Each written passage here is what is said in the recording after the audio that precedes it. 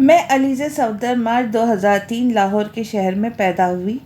ہم دو بہنیں اور ایک بھائی ہے۔ میں بچپن سے اپنے ابا کے بڑے بڑے خواب سنتی آ رہی تھی۔ وہ پاکستان میں پیدا تو ہو گئے تھے پر اس ملک میں رہنا نہیں چاہتے تھے۔ اس ملک میں انہیں اپنا کوئی مستقبل نہیں دکھتا تھا۔ وہ امریکہ جانا چاہتے تھے اور ایک خواہش اور بھی بڑھ گئی جب میرا بھائی عمر اس دنیا میں آیا۔ وہ اسے وہ زندگی دینا چاہتے تھے جس کے خواب وہ خود دیکھتے آ رہے تھے، پر شاید اللہ کو بھی ابھی ان کا اس ملک کو چھوڑنا منظور نہیں تھا۔ وہ جتنی تدبیریں کرتے وہ سب الٹی ہو پڑ جاتی۔ وہ پڑھے لکھے تھے، BCom کی ڈگری تھی ان کے پاس، ان کا پراپرٹی کا کاروبار بھی اچھا چل رہا تھا، پر یہ سب ان کے خوابوں کو پورا ہونے کو ناکافی تھا۔ دوسرا گھر جہانگیر خان کا تھا۔ جہانگیر چاچو ابا کے بہت پرانے دوست تھے۔ وہ کالج میں ساتھ تھے اور تب سے اب تک وہ دونوں بھائیوں کی طرح ایک دوسرے کے ساتھ کھڑے تھے۔ جب میں 2 سال کی تھی اور ایبک 3 سال کا، تب ان کی فیملی گلگت سے ہمارے ساتھ والے گھر میں شفٹ ہوئے تھے، جہاں ہمارے گھروں کی دیواریں جڑی ہوئی تھیں، وہیں ہم سب کے دل بھی ایک دوسرے سے جڑے ہوئے تھے۔ مجھے اپنے گھر سے زیادہ جہانگیر چاچو کا گھر پہ لگتا تھا، کیونکہ وہ سب مطمئن تھے، اپنی زندگیوں میں خوش تھے، ان کے پاس جو بھی تھا، جتنا بھی تھا، کافی تھا۔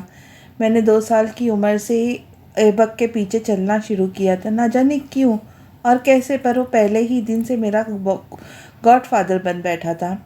ہم نے ایک ہی ساتھ اسکول جانا شروع کیا تھا، ہم سیم کلاس میں تھے۔ وہ میرا پروٹیکٹر اور گائیڈ تھا۔ میں آنکھیں بند کیے اس کے پیچھے چلتی تھی۔ مجھے پتا تھا وہ میرے آگے کھڑا ہے، میرے لیے راستہ بنا رہا ہے، میرے راستے کی ہر مشکل، ہر کانٹے کو ہٹا رہا ہے، اور کب یوں ہی اس کے پیچھے چلتے چلتے وہ مجھے محبت کی راہ پہ لے چلا، مجھے معلوم ہی نہیں ہو سکا، پھر میں معلوم کرنا ہی نہیں چاہتی تھی۔ ہمارے بیچ کوئی ایسی محبت نہیں تھی کہ ہم ایک دوسرے کو ہمہ وقت آئی لو یو بولے یا پھر اپنی محبت کی شدتیں بتاتے پھرے۔ ہم ایک دوسرے سے محبت کتنی تھی وہ بنا بتائے بھی ہم جانتے تھے۔ ہمیں ایک دوسرے کا ساتھ چاہیے تھا، اور یہ ساتھ کتنا کافی ضرورت تھا اس کا بھی علم ہمیں تھا۔ پر ایک دن ایک لہر اٹھی جو ہمارا سب کچھ بہا کر لے گئی، اور وہ لہر اتنی اچانک تھی کہ ہمیں کچھ بھی سمیٹنے کا موقع دیے بنا ہی ہم سے ہمارا سب کچھ لے گئی۔ پر میں نے ایبک کو بچانے کی کوشش کی۔ میں نے اس لہر میں چھپے تمام کیچڑ کو خود پر مل لیا تاکہ میں اسے بچا سکوں۔ میں نے اسے یہ دکھایا کہ میں خود، میرا دل سب اس کیچڑ کی طرح گندا اور میلا ہے، وہ مجھے چھوڑ کر اپنا آپ بچا لے۔ مجھے لگا تھا وہ مجھ سے نفرت کرے گا، مجھ پر لعنت بھیج کر اپنی نئی دنیا بسا لے گا، پر ایسا نہیں ہوا۔ وہ چند دنوں بعد ہی میرے سامنے ایک بار پھر سے کھڑا تھا، پر اس بار اس کی آنکھوں کا رنگ مختلف تھا۔ ان آنکھوں میں غصہ تھا، بے رخی تھی، پر نفرت نہیں تھی۔ نہ جانے کیوں جن آنکھوں میں اپنے لیے نفرت بھرنا چاہتی تھی، ان آنکھوں میں نفرت نہ دیکھ کر مجھے خوشی ہوئی تھی۔ میری شادی ہو گئی تھی ایک ادھورے انسان سے، ایسے انسان سے نکاح جس کے ساتھ نکاح جائز ہی نہیں تھا، اور وہ انسان مجھے 4 دنوں میں ہی بے یار اور مددگار چھوڑ کر جا چکا تھا۔ وہ بلند کے سامنے بیٹھے اس کا ذکر ایسے کر رہی تھی جیسے کسی اور کے بارے میں بات کر رہی ہو۔ اتنے دنوں کی خاموشی اس نے یوں توڑی تھی کہ اسے سب ہی بتاتی چلی جا رہی تھی، اور اب رکنے کو تیار نہیں تھی۔ جس شخص کے ساتھ قبول ہے کہتی میں ایک نئے شہر، ایک نئے گھر، ایک الگ ہی دنیا میں آ پہنچی تھی، وہ بھی مجھے چھوڑ کر جا چکا تھا، پر میرا پروٹیکٹر ایک بار پھر سے وہاں موجود تھا۔ وہ میرے ڈرائیور کے روپ میں میرے سامنے تھا۔ میں اسے وہاں نہیں دیکھنا چاہتی تھی، پر یوں دیکھ میرا دل پرسکون ہو گیا تھا۔ وہ خفا تھا مجھ سے، پر وہ میرا تھا۔ میں جانتی تھی کہ یہ سب غلط تھا، پر کیا میرے ساتھ کچھ صحیح ہوا تھا؟ میں نے اپنے باپ پر بھروسہ کیا، پھر بھی میرے ساتھ غلط ہوا۔ مجھے ان کے لیے اپنی محبت داؤ پر لگا کر کچھ بھی نہیں ملا۔ میں نے اپنی بہن کے لیے قربانی دی، پر میرا فون اس کی بد دعاؤں میں لپیٹے میسیجز سے بھرا پڑا ہے۔ میں نے اپنے نئے رشتے میں بددیانتی کی، پر جو رشتہ ہے ہی نہیں اس میں بددیانتی کیسی؟ میں یہاں خود کو قطعاً غلط نہیں مانتی، پر میں یہ مانتی ہوں کہ میں نے اللہ کی بنائی حدود کو پھلانگنا چاہا، پر اتنا بھی نہیں کہ مجھ پر بدکاری کی تہمت لگے۔ اور پھر ایک رات رستم میرے کمرے میں داخل ہوا۔ تب اس نے مجھے بتایا کہ مجھے پہلی نظر دیکھتے ہی اسے میری چاہ ہوئی تھی۔ اس نے مجھ سے یہ بھی کہا کہ میں یہاں چاہے نکاح میں جس کے بھی بند کر آئی ہوں، پر یہاں اس کے لیے لائی گئی ہوں۔ وہ مجھ سے رشتہ بنانا چاہتا تھا، ایک ناجائز رشتہ قائم کرنا چاہتا تھا۔ اس پل وہ بھول گیا تھا کہ میرا اس سے سوتیلا ہی صحیح، کیا پر کیا رشتہ بنتا ہے۔ وہ میرے قریب آ گیا تھا، وہ مجھے میلا کر دینا چاہتا تھا، پر پھر ایبک کو اللہ نے اسے وہاں میرے لیے بھیج دیا تھا۔ اس رات اس نے مجھے بچا لیا۔ وہ رستم کے آگے دیوار بنایا تھا، میں بچ گئی، میری عزت بچ گئی تھی، میری محبت اس رات میں نے عشق میں بدلتی محسوس کی تھی۔ وہ پوری رات ہم نے ایک ساتھ ایک کمرے میں گزاری۔ میں جانتی ہوں یہ وہ میرے لیے نامحرم تھا، اسے وہاں نہیں رکنا چاہیے تھا، پر جس خوف میں اس وقت میں تھی، مجھے اس کی ضرورت تھی۔ وہ پوری رات دور کرسی پر ہی بیٹھا رہا اور اتنے دنوں میں پہلی بار سکون کی نیند سو پائی۔ صبح ہوتے ہی ایبک نے میرے کمرے کے تمام لاکس چینج کروا دیے۔ رستم اس رات کے بعد مجھے دکھائی نہیں دیا اور ایبک اور میں مزید قریب آ گئی۔ اس رات کے بعد سے ایبک کی ناراضگی بھی ختم ہو گئی تھی، دن اچھے سے گزرنے لگے تھے۔ میں ہواؤں میں تھی، میری محبت ایک بار پھر سے مجھے مل گئی تھی۔ رستم کہیں نہیں تھا اور سب بہت اچھا تھا۔ اور پھر اس رات مجھے نفیس کے ذریعے بلاوا بھیجا گیا۔ صبح میری سالگرہ تھی، رات 12 کے بعد اگلے دن میں بدل چکی تھی۔ میں خوشی سے اڑتی ہوئی بنا کچھ سوچے سمجھے اس پارٹی ایریا تک پہنچی۔ وہاں مجھے ایبک کا انتظار تھا، پر وہاں تو مجھے بلاوا ہی رستم نے بھیجا تھا۔ میں شکاری کے پنجرے میں بری طرح آ پھنسی تھی، میں نے خود ہی اپنے لیے بچھائے جال میں قدم رکھ دیے تھے۔ وہاں سے نکلنے کا ہر در ہر باری سب بند تھے، وہاں مجھے بچانے والا کوئی نہیں تھا۔ میں نے اپنے ہی شکاری کے آگے ہاتھ جوڑے منت کی، پر وہ تو جیسے فرعون بنا ہوا تھا۔ وہ مجھ سے زیادتی کرنا چاہتا تھا، مجھے نوچ لینا چاہتا تھا، اور تو اور وہ ایبک میرے متعلق بھی جان گیا تھا اور اس بات کو میرے خلاف استعمال کرنا چاہتا تھا۔ ایبک کے اس رات میرے کمرے میں رکنے کو وہ عجیب ہی رنگ دے رہا تھا۔ اگر میں اس رات بچ بھی جاتی تب بھی وہ میری عزت کی چادر میلی ہونے والی تھی، اس لیے پھر میں نے خود کو بچانے کے لیے اپنی شکاری کی جان لے لی۔ وہاں جو چھری پھلوں کے پاس رکھی تھی میں نے ان سے اس کی گردن میں گھسیڑ دیا۔ یہی نہیں، میں نے پے در پے کئی وار اس کے پیٹ میں بھی کیے۔ اس پر مجھ پر ایک جنون طاری تھا، مجھے کچھ سمجھ نہیں آیا۔ اس وقت میں اسے مارتے ہوئے یہ بھول گئی تھی کہ اسے مارتے ہی میں بھی مر گئی ہوں۔ اس رات میں نے ایک قتل نہیں کیا تھا، اس رات 2 قتل ہوئے تھے، ایک رستم کا اور دوسرا میرا اپنا۔ میں بھی ہر وار کے ساتھ مری ہوں، میں قاتل ہوں، میں نے قتل کیا ہے اور یہ بات میں پہلے دن سے مان رہی ہوں۔ اپنی پوری کہانی سناتے وہ خاموش ہوئی تھی، ساتھ ہی بلند نے اپنے فون کی ریکارڈنگ بند کی تھی۔ بلند، کہو، ایبک کو بچا لو۔ اس سب میں اس کا کوئی بھی کہیں بھی کوئی بھی کسی بھی قسم کا قصور نہیں ہے۔ قصوروار میں ہوں، میں ہر طرح کی سزا کے لیے تیار ہوں، عمر قید، پھانسی، کچھ بھی۔ میں اپنے لیے تم سے کچھ نہیں چاہتی، پر پلیز ایبک کو بچا لو۔ میں پہلے ہی اسے تباہ کر چکی ہوں، اب مزید نہیں کرنا چاہتی، پلیز اسے بچا لو۔ وہ بے قصور ہے، اس نے کچھ نہیں کیا۔ ایبک کو اٹھتا دیکھ وہ جلدی جلدی اپنی بات مکمل کر رہی تھی، پر ایبک کو اپنی طرف متوجہ نہ دیکھ اور یوں کرسی کھینچ کر اٹھتا دیکھ اب وہ چیخنے لگی تھی، ایبک کو بچا لو، ایبک نے کچھ نہیں کیا، وہ بے قصور ہے، ایبک کو بچا لو۔ بلند، ایبک کو بچا لو، اسے کچھ مت ہونے دینا۔ علیزے سے ملنے کے بعد وہ سیدھا ایبک سے ملنے آیا تھا۔ ایبک کو علیزے کے لیے بلند نے ہی ہائر کیا تھا، پر آج تک اسے فیس ٹو فیس نہیں ملا تھا۔ ہاں، فون پر بات ضرور ہوئی تھی۔ اب وہ ایک بار پھر سے وزٹنگ ایریا میں بیٹھا ایبک کا انتظار کر رہا تھا، پر اسے دیکھ کر بلند کو اور بھی دکھ ہوا تھا، کیونکہ اس کی حالت علیزے سے بھی زیادہ ابتر تھی۔ ایبک کو دیکھتے اسے جھرجھری لی تھی۔ بلند نے آج تک کبھی یوں سامنے اتنے زخمی انسان کو نہیں دیکھا، اور وہ تو تھا بھی بے قصور، اس لیے ہمدردی کچھ زیادہ ہی ہوئی تھی۔ وہ یقیناً ایک خوبصورت اور مکمل مرد تھا، علیزے کی اس سے محبت جسٹیفائی تھی۔ ایبک بلند کے سامنے آ کھڑا ہوا تھا، اس کے ہاتھ سختی سے کرسی کو تھامے ہوئے تھے۔ بیٹھ جاؤ ایبک۔ بلند کے الفاظ کی نرمی کو محسوس کرتے وہ بیٹھ گیا تھا، پر بیٹھتے ہوئے اس کے چہرے پہ تکلیف ابھری تھی۔ ایبک نے اس کے چہرے کے تاثرات بغور نوٹ کیے تھے، پر اس سے پہلے کہ بلند کچھ پوچھتا ایبک نے کہنا شروع کیا، رستم کادوانی کو میں نے مارا ہے، علیزے بے قصور ہے، اس کا کوئی قصور نہیں ہے۔ رستم کو مارنے کی وجہ؟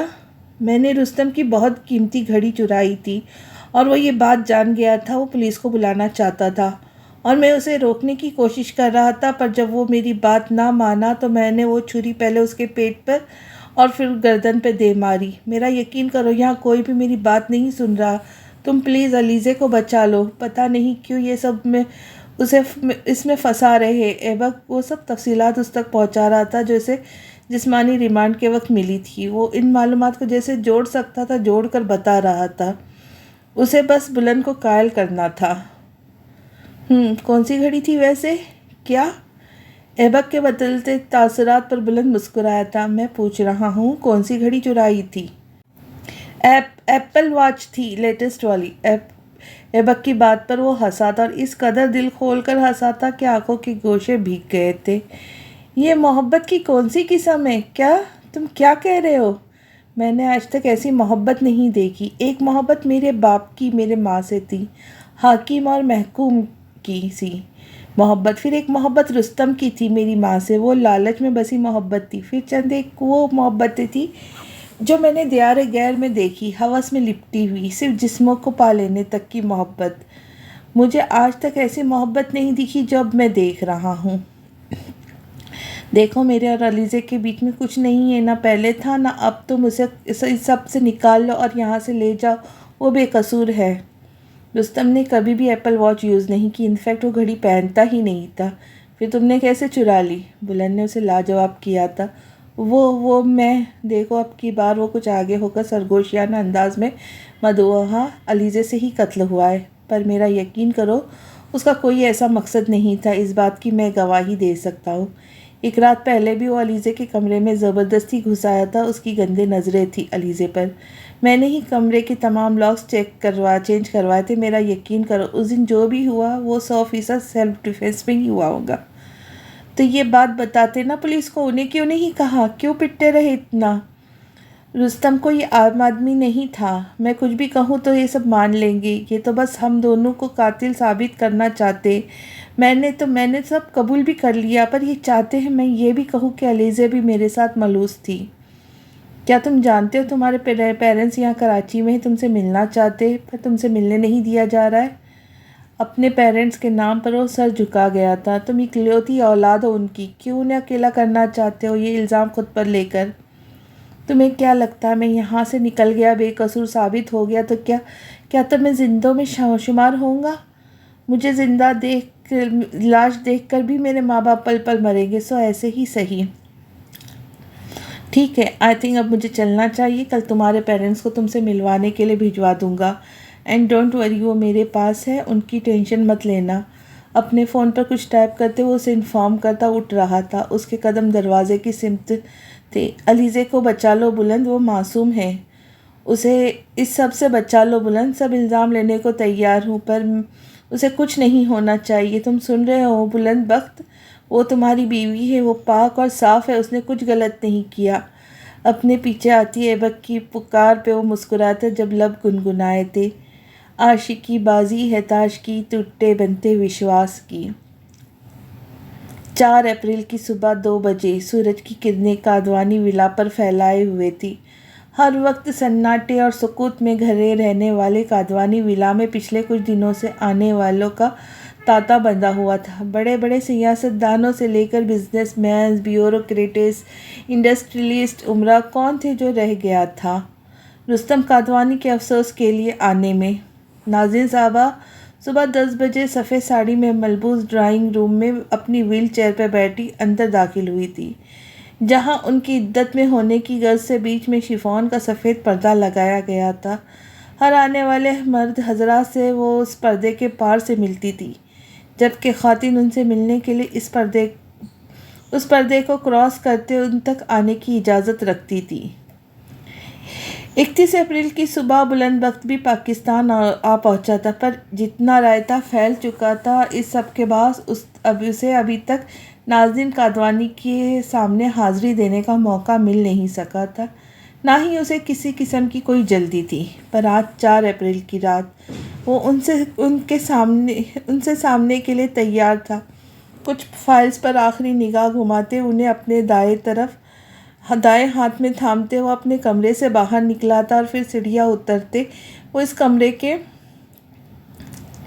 باہر آیا تھا جس کے اندر اس کو جنم دینے والی اس کی ماں موجود تھی۔ کمرے کے باہر کی دیوار میں نصب آئینے میں خود کو دیکھتے بلند نے اضطرابی کیفیت میں اپنے ہی بالوں میں ہاتھ چلایا تھا۔ نہ جانے کیوں وہ ہمیشہ ہی ان کے سامنے جانے سے پہلے ایسے ہی نروس ہو جاتا تھا۔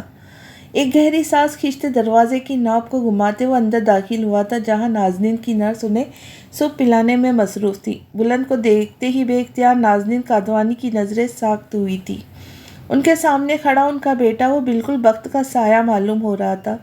دراز قد، مضبوط بدن، خوبصورت نقوش، بھلا کون کہہ سکتا یہ شخص مکمل مرد نہیں؟ ساکت نظروں میں اب حسرت، لبوں پہ مسکراہٹ ابھری تھی۔ بے اختیاری میں ان کا ایک بازو اٹھا تھا جسے اندیکھا کرتے وہ نرس کے سر پر آ پہنچا تھا۔ خاموشی سے سوپ کا پیالہ تھامتے اسے باہر جانے کا بولتے وہ اس جگہ آ بیٹھا تھا جہاں کچھ پل پہلے نرس بیٹھی ہوئی تھی۔ نازنین کے گلے میں پڑے نیپکن سے ان کے ہونٹوں کے کنارے کو صاف کرتے چمچ کے سوپ سے بھرتے وہ ان کے ہونٹوں کے قریب لے گیا تھا۔ آنکھوں میں آنسو بھرے وہ معدہ نازنین نے حلق سے نیچے اتارا تھا۔ یہ ان کی زندگی کا پہلا نوالا تھا جو ان کی اولاد کی طرف سے بڑھایا گیا تھا۔ کب آئے؟ 4 دن پہلے۔ اب وقت ملا ماں سے ملنے کا؟ ماں تو میری کبھی تھی ہی نہیں، میں تو اپنی مالکن سے ملنے آیا ہوں۔ نازنین کے چہرے کے بدلتے رنگوں کو بغور دیکھتے چمچ کو سوپ سے بھرتے وہ پھر سے گویا ہوا۔ بے وفائی کا بدلہ بھی بے وفائی کی صورت میں ملتا ہے۔ آج تک سنا ہی تھا، پر اب آنکھوں سے بھی دیکھ لیا۔ جس شخص کے لیے آپ نے میرے باپ کو دھوکہ دیا، اسے آپ کی بے وفائی نے قبر تک پہنچا دیا۔ آج وہی شخص آپ کے ساتھ بے وفائی کرتے اس دنیا سے گزر گیا۔ سو سیڈ۔ رستم نے میرے ساتھ کوئی بے وفائی نہیں کی۔ ان کے چہرے پہ گھبراہٹ تھی۔ اتنی انجان لگتی تو نہیں ہیں آپ، ویسے میں جانتا ہوں اس بستر پہ ہر وقت اس کمرے میں رہنے کے باوجود بھی آپ ہر چیز پر خاص نظر رکھتی ہیں۔ ان کے دائیں طرف کی اسکرین پر پورا گھر دکھائی دے رہا تھا۔ اس اسکرین کو ہمیشہ ایک پینٹنگ سے ڈھک کے رکھا جاتا تھا جو دور سے دیکھنے میں ایسے ہی معلوم ہوتا تھا کہ جیسے وہاں خوبصورت پینٹنگ لگی ہو، پر اسے اندر نصف اسکرین پر ان خفیہ کیمروں سے منسلک تھی جس کے مطابق نازنین اور ان کی خاص ملازمہ کے سوا کوئی نہیں جانتا تھا، رستم بھی نہیں۔ ہاسپٹل سے آنے کے بعد ہی آپ رستم کی نیت اچھے سے جان گئی تھی، کیونکہ آپ اسے ان خفیہ کیمرز میں دیکھ چکی تھی جن کے بارے میں خود رستم بھی انجام تھا۔ کیوں میں صحیح کہہ رہا ہوں نا؟ دوسری طرف مکمل خاموشی تھی، بس بلند کو دیکھتے ہوئے اپنے ہاتھ میں پہنی نیلم کی انگوٹی کو گھما رہی تھی۔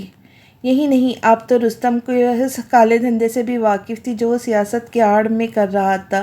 وہ آپ کو اور آپ کے خاندان کے ساتھ کو نقصان پہنچا رہا تھا، پر آپ سب کچھ جانتے بوجھتے خاموش تھی۔ میں جاننا چاہتا ہوں کیوں؟ کیا رستم کی محبت اتنی پائیدار تھی کہ آپ سب دیکھتے ہوئے بھی خاموش تھی؟ کیا تم واقعی میں جاننا چاہتے ہو کیوں رہی میں خاموش؟ بالکل میں جاننا چاہتا ہوں۔ تو سنو، میں نے رستم سے افیئر چلایا، ایک شادی شدہ عورت ہوتے ہوئے بھی۔ میں اپنی عمر سے بھی کم عمر مرد کی طرف راغب ہوئی۔ مجھے اس میں وہ کشش دکھتی تھی جو تمہارے باپ میں کبھی نہ دکھ پائی، شاید اس لیے کہ میں خود کو میرے سامنے اتنا کمتر سمجھتا تھا کہ کبھی شوہر بن ہی نہیں پایا۔ وہ ہمیشہ مجھے ایک مالکن کی طرح سے ٹریٹ کرتا رہا۔ پھر تمہارے اس دنیا میں آنے کے بعد تو وہ بھول ہی گیا کہ تمہارے علاوہ بھی اس کا کوئی رشتہ ہے۔ رستم خوبرو تھا، بالکل ویسا مرد جیسے ایک عورت کا خواب ہوتا ہے۔ وہ مجھ سے محبت کرتا تھا، ہاں وہ بھی رتبے میں مجھ سے کمتر تھا، پر وہ کبھی بھی اپنی کم مائیگی ہمارے بیچ میں نہیں لایا۔ وہ مجھے ویسے چاہتا تھا جیسے میں چاہتی تھی۔ میں نے تمہارے باپ کو دھوکہ دیا؟ میں کسی کے نکاح میں ہوتے ہوئے کسی غیر مرد سے جسمانی تعلقات بنائے؟ پھر کیسے ہو سکتا تھا کہ اللہ مجھے اپنی پکڑ میں نہ لاتا؟ آج میں جس حال میں ہوں یہ بھی رستم کی بدولت ہے۔ اس نے مجھے اس دن اتنا غصہ دلایا، میرا بلڈ پریشر اس حد تک بڑھ گیا کہ یہ فالج کا اٹیک مجھے مفلوج پہ کر گیا، اور پھر تو جیسے وہ شتر بے مہار ہو گیا۔ چند ہی دنوں میں وہ ان انلیگل فنڈنگ کے ڈیٹیلز میرے سامنے لے آیا جن میں ملوث تھی۔ ساتھ ہی اس کے پاس میری ان لمحات کی ویڈیوز بھی تھی جو میں نے، وہ بولتے بولتے تھوڑا لڑکھڑائی تھی، وہ اعتراف تھے جن کے متعلق رستم کے علاوہ کوئی نہیں جانتا تھا، اور آج یوں اپنی اولاد کے سامنے اعتراف کرتے ہوئے زبان ساتھ نہیں دے رہی تھی جو مجھے بدنام کرنے کی کافی تھے۔ رستم کے پاس وہ ویڈیو کیسے آئی؟ وہ ویڈیو میرے لاکر میں تھی جو میں نے خود بنوائی تھی، پر وہ سب ویڈیوز میرے باپ سے نکاح کے پہلے کی تھی۔ وہ سر جھکا چکی تھی۔ میرے سارے کالے کرتوت رستم کے ہاتھ لگ چکے تھے۔ چند ہی ماہ میں بے بس تھی. میں سب کچھ جانتے بوجھتے خاموش تماشائی بنی رہی. جس دن اس نے علیزے سے تمہاری شادی کے متعلق مجھ پر دباؤ ڈالا میں تب بھی جانتی تھی اس کی نیت خراب ہے اس لڑکی پہ. تو مجھے فورس کرنے کی بجائے اگر آپ رستم ہی کی شادی کی اجازت دے دیتی تو آج وہ بیچاری لڑکی ان حالوں میں نہ ہوتی. میں چاہ کر بھی ایسا نہیں کر سکتی تھی. اور وہ کیوں؟ کیونکہ میری رستم سے شادی کے وقت تمہارے نانا نے ہم سے کچھ پیپر سائن کروائے تھے جن میں واضح طور پہ درج تھا اگر کبھی بھی رستم مجھے چھوڑ دیتا ہے یا پھر دوسری شادی کرتا ہے تو رستم کے ساتھ ساتھ مجھے بھی اس تمام جائیداد سے بے دخل کر دیا جائے گا. اس لیے نہ تو رستم اس سے شادی کر سکتا تھا نہ میں اسے اجازت دے سکتی تھی. یہ کیسا گورکھ دندا تھا، یہ انسانوں کا کیسا روپ تھا جس سے آج واقف ہو رہا تھا. اس کے اتنے قریبی لوگ دولت اور اختیارات کے گندے بھرے ہوئے تھے. آج پہلی بار اس نے خود کو اس عورت کی اولاد ہونے پر شرمندگی میں گھرا پایا تھا. وہ جو کبھی اس بات پر فخر کرنا چاہتا تھا کہ وہ ایک مضبوط عورت کی اولاد ہے، آج وہ اس بات پر شرمسار تھا. ہاتھ میں پکڑا سوپ کا باؤل پکڑے پکڑے ٹھنڈا ہو چکا تھا. ناظرین کا سر شرم سے جھکا ہوا تھا. ساتھ ہی آنکھوں سے سیل رواتے ایک بے بس سی نظر اپنے جنم دینے والی ہستی پہ ڈالتے وہ اٹھا تھا اور ان فائلز کو اٹھا لایا جس کمرے میں داخل ہوتے ہوئے اس کے ہاتھ میں تھی. ان پہ سائن کر دے. یہ کیا ہے؟ وہ حیرت سے اپنے سامنے پڑی ان فائلز کو دیکھتے پوچھ رہی تھی. میرے بابا چاہتے تھے میں ایک کامیاب اور عظیم انسان بنوں. کامیاب تو میں ہو چکا ہوں پر آپ کے سائن مجھے ایک عظیم انسان بننے کے سفر تک لے جائیں گے. اپنی بات مکمل کرتے وہ انہیں دیکھتے ہوئے جو حیرت سے اسے دیکھ رہی تھی پھر سے پوچھنے لگا، کیا آپ اس پر سائن کریں گی؟ ایک شرط پر.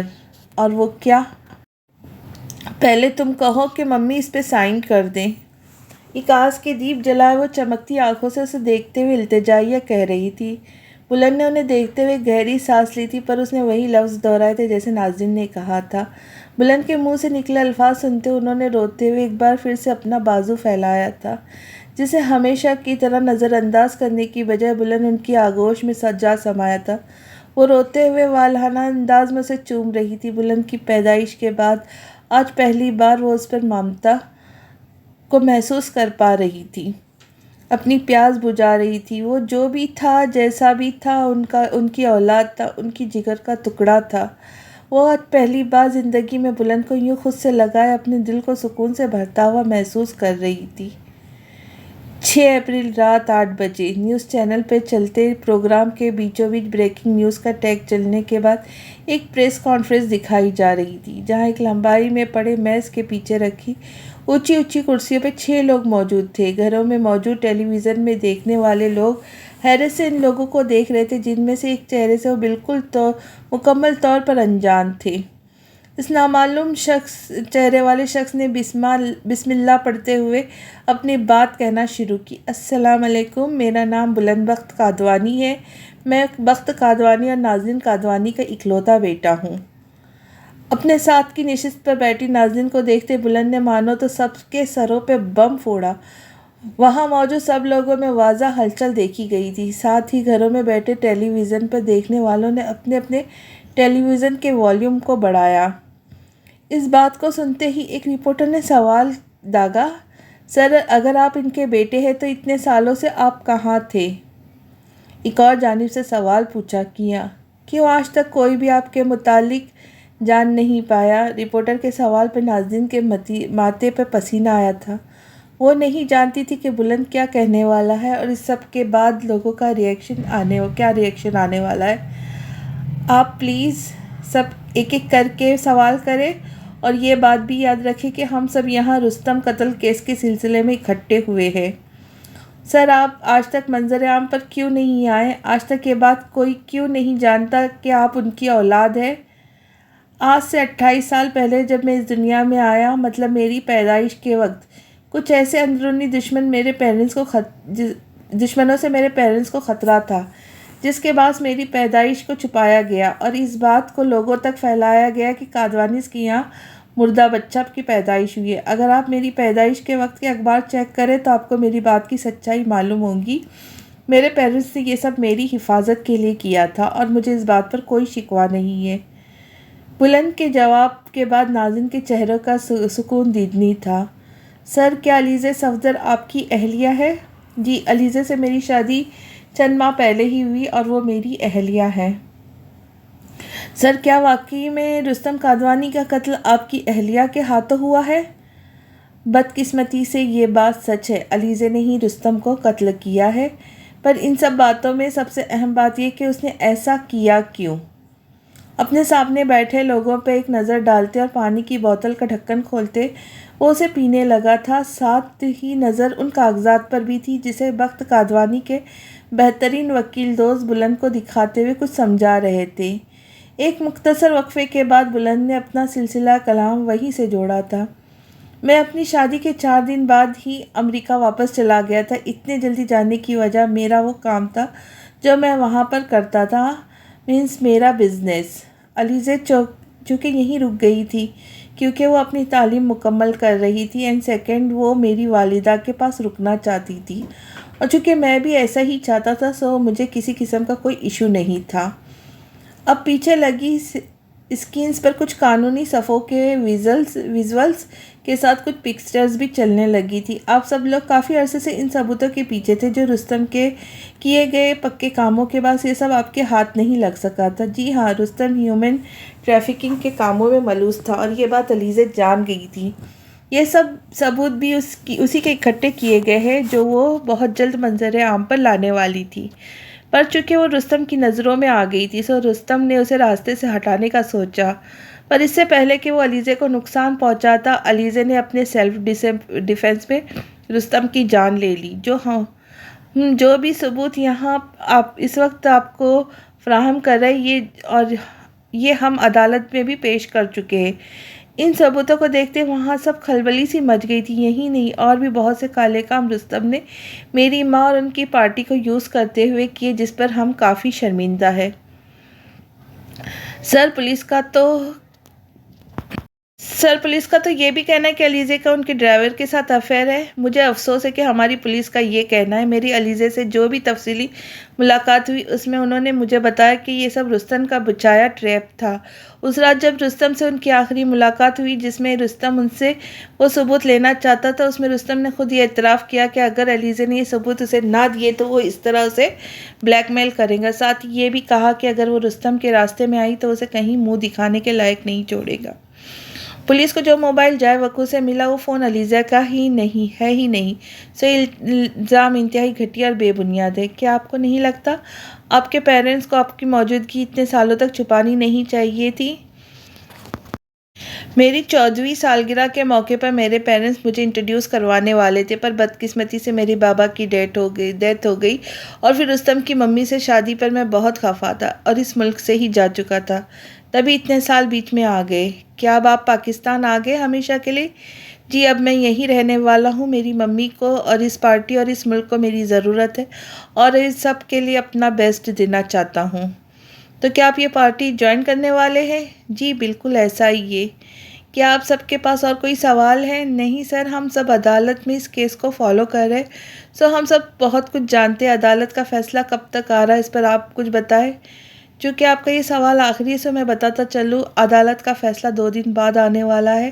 ہمارے پاس جتنے ثبوت تھے وہ ہم عدالت فراہم کر چکے ہیں۔ علیزہ نے جو بھی کیا وہ سیلف ڈیفنس میں کیا، اور جو مکروہ چہرہ اس کی وجہ سے رستم کا ہمارے سامنے آیا اس پر ہم علیزہ کے مشکور ہیں۔ عدالت میں ناظرین قادوانی کا معافی نامہ بطور رستم کے اہلیہ جمع کروایا جا چکا ہے اور ہمیں امید ہے کہ فیصلہ ہمارے حق میں سنایا جائے گا۔ شکریہ۔ 8 اپریل کی صبح 11 بجے عدالت کے احاطے میں معمول سے کچھ زیادہ چہل پہل تھی۔ تقریباً ہر نیوز چینل کارپوریٹر وہاں موجود تھا۔ یہی نہیں، اس کے علاوہ کچھ بلاگرز بھی تھے جو لائیو کوریج دکھا رہے تھے۔ کون آ رہا تھا، کون جا رہا تھا، کس کی باڈی لینگویج کیسی تھی، کس کے چہرے کے تاثرات کیا بیان کر رہے تھے، ہر چیز کو نوٹ کیا جا رہا تھا۔ اس پر بے لاگ تبصرے بھی کیے جا رہے تھے۔ بلند کے کیے گئے کچھ انکشاف کے بعد سے تو ویسے بھی میڈیا میں کافی اتھل پتھل مچی ہوئی تھی۔ ہر کوئی مزید معلومات کے جاننے کی خواہش میں بھاگ دوڑ کر رہا تھا۔ مختلف چینل سے بلند کے انٹرویوز کے لیے کال کی جا رہی تھی، پر اس وقت علیزے کے علاوہ وہ کسی دوسری چیز پر دھیان دینے کے متعلق سوچنے کی بھی حالت میں نہیں تھا۔ آج بھی وہ سب یہاں عدالت کا آخری فیصلہ سننے کے لیے جمع تھے۔ جہاں بلند کو کچھ سکون تھا، وہیں دل میں الگ سی بے چینی سی بھی تھی۔ نہ جانے سب حالات جو کافی حد تک قابو میں تھے کہیں پلٹ نہ جائے، قابو سے باہر نہ ہو جائے، کچھ غلط نہ ہو جائے۔ آج گرمی اپنے جوبن پر تھی، تبھی وہ ایک سائیڈ پر شیڈ کے نیچے سرمئی رنگ کے 4 پیس سوٹ پہنے کھڑا تھا۔ آنکھوں پہ برینڈڈ شیڈز تھے۔ یہ بات یہاں ماننی ہی ہوگی، بلند جہاں بھی کھڑا ہوتا سب سے نمایاں دکھتا تھا۔ ساتھ ہی اس ملک کے سب سے ماہر قانون دان بھی اس کے ساتھ تھے۔ وہیں کچھ فاصلے پر ایبک بھی موجود تھا، اپنے والدین کے ساتھ، ہاتھوں میں ہتھکڑی لگائے۔ وہ اس وقت پولیس کے گھیرے میں بھی تھا، پر نظریں بار بار اس سمت اٹھ رہی تھی جہاں سے علیزے کو آنا تھا۔ چہرے پہ چوٹوں کے نشان کچھ مدھم ہو گئے تھے، پر اب بھی موجود تھے۔ ہمیشہ کی طرح سیاہ رنگ کی شلوار قمیض پہنے وہ آج بھی پہلے کی طرح چمک رہا تھا، پر چہرے پر رہنے والی لائٹ بیئرڈ کافی بڑی ہوئی تھی۔ فاطمہ بار بار اس کے چہرے پر کے زخموں کو چھوتی اور اپنی چادر میں منہ دیے رونے لگتی۔ جہانگیر بھی الگ مضطرب سے کھڑے تھے۔ ایبک کے پاس کوئی بھی ایسے الفاظ اس وقت موجود نہیں تھے جنہیں وہ بول کر ان کی پریشانی کم کر پاتا۔ اپنی ماں کو روتا دیکھ کر اس نے گہری سانس لیتے چہرہ آسمان کی طرف موڑا تھا، اور تبھی ایک شور سا اٹھا۔ پولیس وین وہاں پہنچ چکی تھی جس میں علیزے موجود تھی۔ تمام رپورٹرز اس سمت بھاگے تھے۔ انہیں بھاگتا دیکھ ایبک کے دل میں حسرت جاگی تھی۔ وہ بھی یوں ہی بھاگ کر علیزے کی سمت جانا چاہتا تھا، اور پھر اسے اپنی باہوں میں چھپا کر یہاں سے اڑن چھو ہونا چاہتا تھا، پر اپنی کلائیوں میں لگی ہتھکڑیاں کو بے بسی سے دیکھتے وہ بس چند قدموں ہی آگے ہو پایا تھا۔ 2 لیڈی پولیس اہلکار نے علیزے کو اسی وین سے باہر نکالا تھا۔ علیزے کے ہاتھوں میں بھی ہتھکڑیاں موجود تھیں، سفید رنگ کا لان کے جوڑے میں جس پہ سفید ہی چکن کاری کا کام ہوا تھا، بالوں کو جوڑے میں باندھے، سفید کریپ کا دوپٹہ سر پر اوڑھے، ساتھ ہی پیروں میں گچی کا وائٹ ہی جوتا تھا۔ اس کا حلیہ اسے اس پل بلند کی بیوی دکھانے کو کافی تھا۔ علیزے جو ہی وین سے باہر آئی، بلند تیزی سے چلتا اس کے سامنے پہنچا تھا اور اس کے سامنے پھیل کر کھڑا ہو گیا تھا کہ پھر علیزے کے سامنے رکتے سے وہ فیس ماسک پکڑایا تھا۔ یہاں ہر طرح کا میڈیا موجود تھا اور وہ مزید اس کی تشہیر نہیں چاہتا تھا۔ بلند سے ماسک پکڑتے اسے ماسک کی ڈوریوں کو اپنے کانوں کے پیچھے اڑستے علیزے نے اپنا چہرہ ڈھکا تھا، ساتھ ہی بلند نے اس کے سر پر پہنے گئے دوپٹے کو کھینچ کر مزید آگے کیا تھا۔ ساتھ ہی ان پولیس اہلکاروں سے کچھ کہتے وہ علیزے کو اس سمت لے آیا تھا جہاں کچھ دیر قبل وہ اپنے وکیلوں کے ساتھ کھڑا تھا۔ ایبک دور کھڑے آنکھوں میں زمانے بھر کی حسرت سجائے اسے دیکھ رہا تھا، جو خاموشی سے اپنے وکیل کی بات سر جھکائے سن رہی تھی۔ ابھی کوئی 10 منٹ ہی ہوئے تھے کہ علیزے کے نام کی پکار سنائی دینے لگی تھی۔ اب وہ پولیس اہلکار اس کے ہاتھوں میں لگی ہتھکڑیوں سے کھینچتے آگے بڑھ رہی تھی۔ اسی پل ہر ذی روح کی نظر علیزے پر ہی تھی، پر ان نظروں کی تپش میں ایک نظر ایسی بھی تھی جس پر کچھ آگے بڑھنے کے بعد اچانک اس نے اپنا جھکا سر اٹھایا تھا۔ آیا پھر وہ نظر ایسے بات چھڑنے لگی پھر سے آنکھوں میں چبھتا کل کا دھواں، اور پھر جو نظریں ایک بک پر پڑی وہ جھک نہیں سکی تھی۔ دل الگ ہی لے پر دھڑکا تھا۔ ایبک کی نظروں میں علیزے کو اس وقت سوائے محبت میں ڈوبی فکر مندی کے کچھ دکھائی نہیں دیا تھا۔ حال تیرا بھی ہمسا ہے، اس خوشی میں کیوں غمزہ ہے، بسنے لگا کیوں پھر وہ جہاں، پر کانوں میں گونجتی اس دن سنی گئی ایبک کی آواز اسے کچھ اور باور کروانا چاہ رہی تھی، پر اس وقت ایبک کی آنکھوں کے رنگ اسے ان آوازوں کی طرف متوجہ ہونے کی اجازت ہی نہیں دے پا رہے تھے۔ ایبک کے چہرے کے زخموں پر اس کا دل کچھ مضطرب سا ہوا۔ ایبک کے پاس سے گزرتی اب وہ کمرہ عدالت میں داخل ہوئی تھی۔ اس کے پیچھے پیچھے وہ دونوں بھی تھے جو اس وقت سچے دل سے علیزے کے لیے دعا گو تھے۔ وہ جہاں دور جس سے گئے تھے نکل، پھر سے یادوں نے جیسے کر دی ہے پہل، لمحہ بیتا ہوا دل دکھاتا رہا۔ عدالت چونکہ اپنے فیصلے کی طرف بڑھ رہی ہے، تو آخری بار آپ دونوں وکیل حضرات سے گزارش ہے کہ اگر آپ کے پاس مزید کوئی گواہ ہے تو پیش کر سکتے، یا پھر ملزمہ سے آخری کوئی چند سوال کرنا چاہتے ہیں تو عدالت اس کی بھی اجازت دیتی ہے آپ کو۔ جج صاحب کی اس بات پر پہلے علیزے اور پھر رستم کے وکیل کی طرف سے مزید کوئی گواہ یا سوال نہ کرنے کا عندیہ دیا گیا۔ اپنے سامنے رکھے موٹے لیدر براؤن فولڈر کو کھولتے جج نے اپنا فیصلہ سنانا شروع کیا۔ سامنے ہی علیزے اور ایبک اپنے لیے سنائے جانے والے فیصلے کو سننے کے لیے خاموش بیٹھ چکے تھے۔ ایبک کی اس پل ہوائیاں اڑی ہوئی تھی جبکہ علیزے کا چہرہ بالکل سپاٹ تھا۔ وہیں موجود بلند کا پاؤں بے چینی سے ہلنے لگا تھا۔ تمام گواہوں اور ثبوتوں کو مد نظر رکھتے ہوئے عدالت اپنے اس فیصلے پر پہنچی ہے کہ ملزمہ علیزے نے اس رات رستم کادوانی کا بڑی بے رحمی سے قتل کیا تھا، پر عدالت اس بات کو بھی مانتی ہے کہ وہ قتل ملزمہ نے اپنے آپ کو بچانے کی غرض سے کیا۔ ساتھ ہی عدالت علیزے صفدر کو مشکور ہے کہ وہ رستم کادوانی کے کیے گئے اتنے بڑے اور گھناؤنے کاموں کو منظر عام پر لائی۔ ملزم ایبک جہانگیر کو جو بھی تکالیف پہنچائی گئی، اس لیے عدالت ملزم کو ہرجانے کے طور پر 5 لاکھ روپے ادا کرنے کی پابند ہوگی، اور اس ساری کارروائی میں جو بھی ایویڈنس سامنے آئے ان پر عدالت مزید تحقیق کا آرڈر جاری کرتی ہے۔ علیزے صفدر اور ایبک جہانگیر پر لگائے سارے الزامات جھوٹے اور بے بنیاد ہیں، اور یہ عدالت انہیں بے قصور ثابت کرتے ہوئے ابھی اسی وقت رہائی کا حکم سناتی ہے۔ اپنا فیصلہ سنانے کے بعد جج صاحب اسے فائل پر جھک گئے تھے۔ ایبک کے چہرے کی خوشی اس پل دگنی تھی۔ ایبک نے خوشی سے گردن موڑتے پیچھے دیکھا تھا، پر علیزے کا سر اب بھی ویسے ہی جھکا ہوا تھا اور بلند خوشی سے اپنے ساتھ بیٹھے وکیل سے مصافحہ کرتے کچھ کہہ رہا تھا۔ نہ جانے کیوں علیزے کو اس پل ایسے دیکھ ایبک کے دل میں خطرے کی گھنٹی بجی تھی۔ دوپہر 2 بجے عدالت کی تمام کارروائیوں سے فارغ ہوتے اور پریس سے بچتے بچاتے بلند علیزے کو لیتا گاڑی تک پہنچا تھا۔ اپنے ڈرائیور سے گاڑی کی چابی لیتا وہ ڈرائیو کرتے علیزے کو نامعلوم راستے پر چلاتا کہیں لے جا رہا تھا۔ علیزے یوں ہی خاموشی سے بیٹھی ونڈو اسکرین سے باہر دیکھ رہی تھی۔ اسے اس پل کوئی پرواہ نہیں تھی وہ کہاں جا رہی یا پھر وہ اسے کہاں لے جا رہا ہے۔ کافی دیر خاموشی کے بعد بلند نے گلا کھنکارتے اپنی بات کہنا شروع کی۔ تمہاری سالگرہ کی رات میں نے تمہیں بہت کالز کی۔ وہ کہنا تو چاہتا تھا اس رات جس رات رستم کا قتل ہوا، پر وہ اتنی ٹینس تھی کہ وہ ایسا بول ہی نہیں سکا۔ کال میسیجز پہ تم نے کوئی رپلائی نہیں کیا۔ وہ اپنی بات کہتا کچھ دیر کو ٹھہرا تھا کہ وہ پوچھیں گی کیوں کر رہے تھے کال، پر کوئی رسپانس نہ آتے دیکھ بلند نے خود ہی بتانا شروع کیا۔ اس رات میں تمہیں اس لیے کال کر رہا تھا کیونکہ تمہارے بھائی عمر پر کچھ لوگوں نے حملہ کر دیا تھا۔ علیزے نے اب اپنا چہرہ بلند کی سمت موڑ لیا تھا۔ چہرے پر بے یقینی تھی اور لب اب بھی ساکت تھے۔ تمہارے پیرنٹس امریکہ میں جس علاقے میں رہ رہے ہیں ان کے گھر کے ساتھ ایک جیوش فیملی رہتی ہے، ان سے کسی بات پر بحث ہو گئی تھی عمر کی، اور بس پھر انہوں نے صفدر انکل کے گھر پر فائرنگ کر دی۔ انکل آنٹی تو گھر پر نہیں تھے پر عمر تھا گھر پہ، وہ کافی زخمی بھی ہوا۔ اس سب میں جب مجھے کال آئی انکل کی میں فوراً وہاں پہنچ گیا تھا۔ اسٹارٹ میں تو عمر کی کنڈیشن کافی سیریس تھی پر 2 سے 3 دن میں وہ اسٹیبل ہو گیا تھا، تبھی میں فوراً سے آ نہیں سکا۔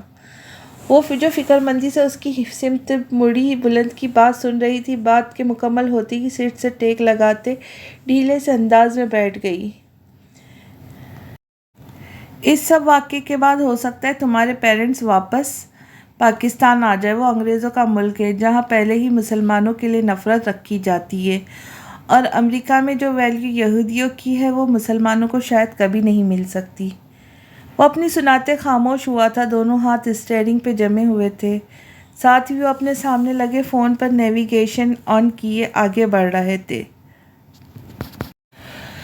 وہ جو نہ بولنے کی ٹھانی ہوئی تھی اب بولنے لگی تھی۔ جس چیز کے لیے میرے بابا نے میرا سودا کر ڈالا آج وہی چیز ان کے حلق کی ہڈی بن گئی ہے۔ ان کا ہمیشہ سے خواب تھا اپنے اکلوتے بیٹے کو دنیا کے پاورفل ملک میں سیٹل دیکھنے کا، پر ہم ایسے خواب دیکھتے ہیں یہ بھول جاتے ہیں کہ اپنا ملک اپنا ہوتا ہے۔ جو عزت ہماری اس ملک میں وہ ہمیں کبھی بھی کہیں بھی نہیں مل سکتی۔ وہ ہمیشہ یہ کہتے تھے کہ اس ملک میں میرے بیٹے کا بھلا کیا مستقبل ہو سکتا ہے جہاں سے کبھی بھی کوئی بھی گولی کوئی بم دھماکہ اس کی زندگی چھین سکتا ہے، اور یہ بات کہتے ہم اس اللہ کا کیوں نہیں سوچتے جس کے ہاتھ میں ہماری زندگی اور موت تھے، اپنے دونوں ہاتھوں کی ہتھیلیوں کو آپس میں رگڑتے وہ کب روک کے آنسو بہا رہی تھی۔ بلند خاموشی سے اسے سن رہا تھا۔ مجھے عمر کے لیے بہت افسوس ہے، میرا دل تڑپ رہا ہے اس کی تکلیف پر۔ کیا کرے، ماں باپ کا کیا اولاد کے سامنے آتا ہے۔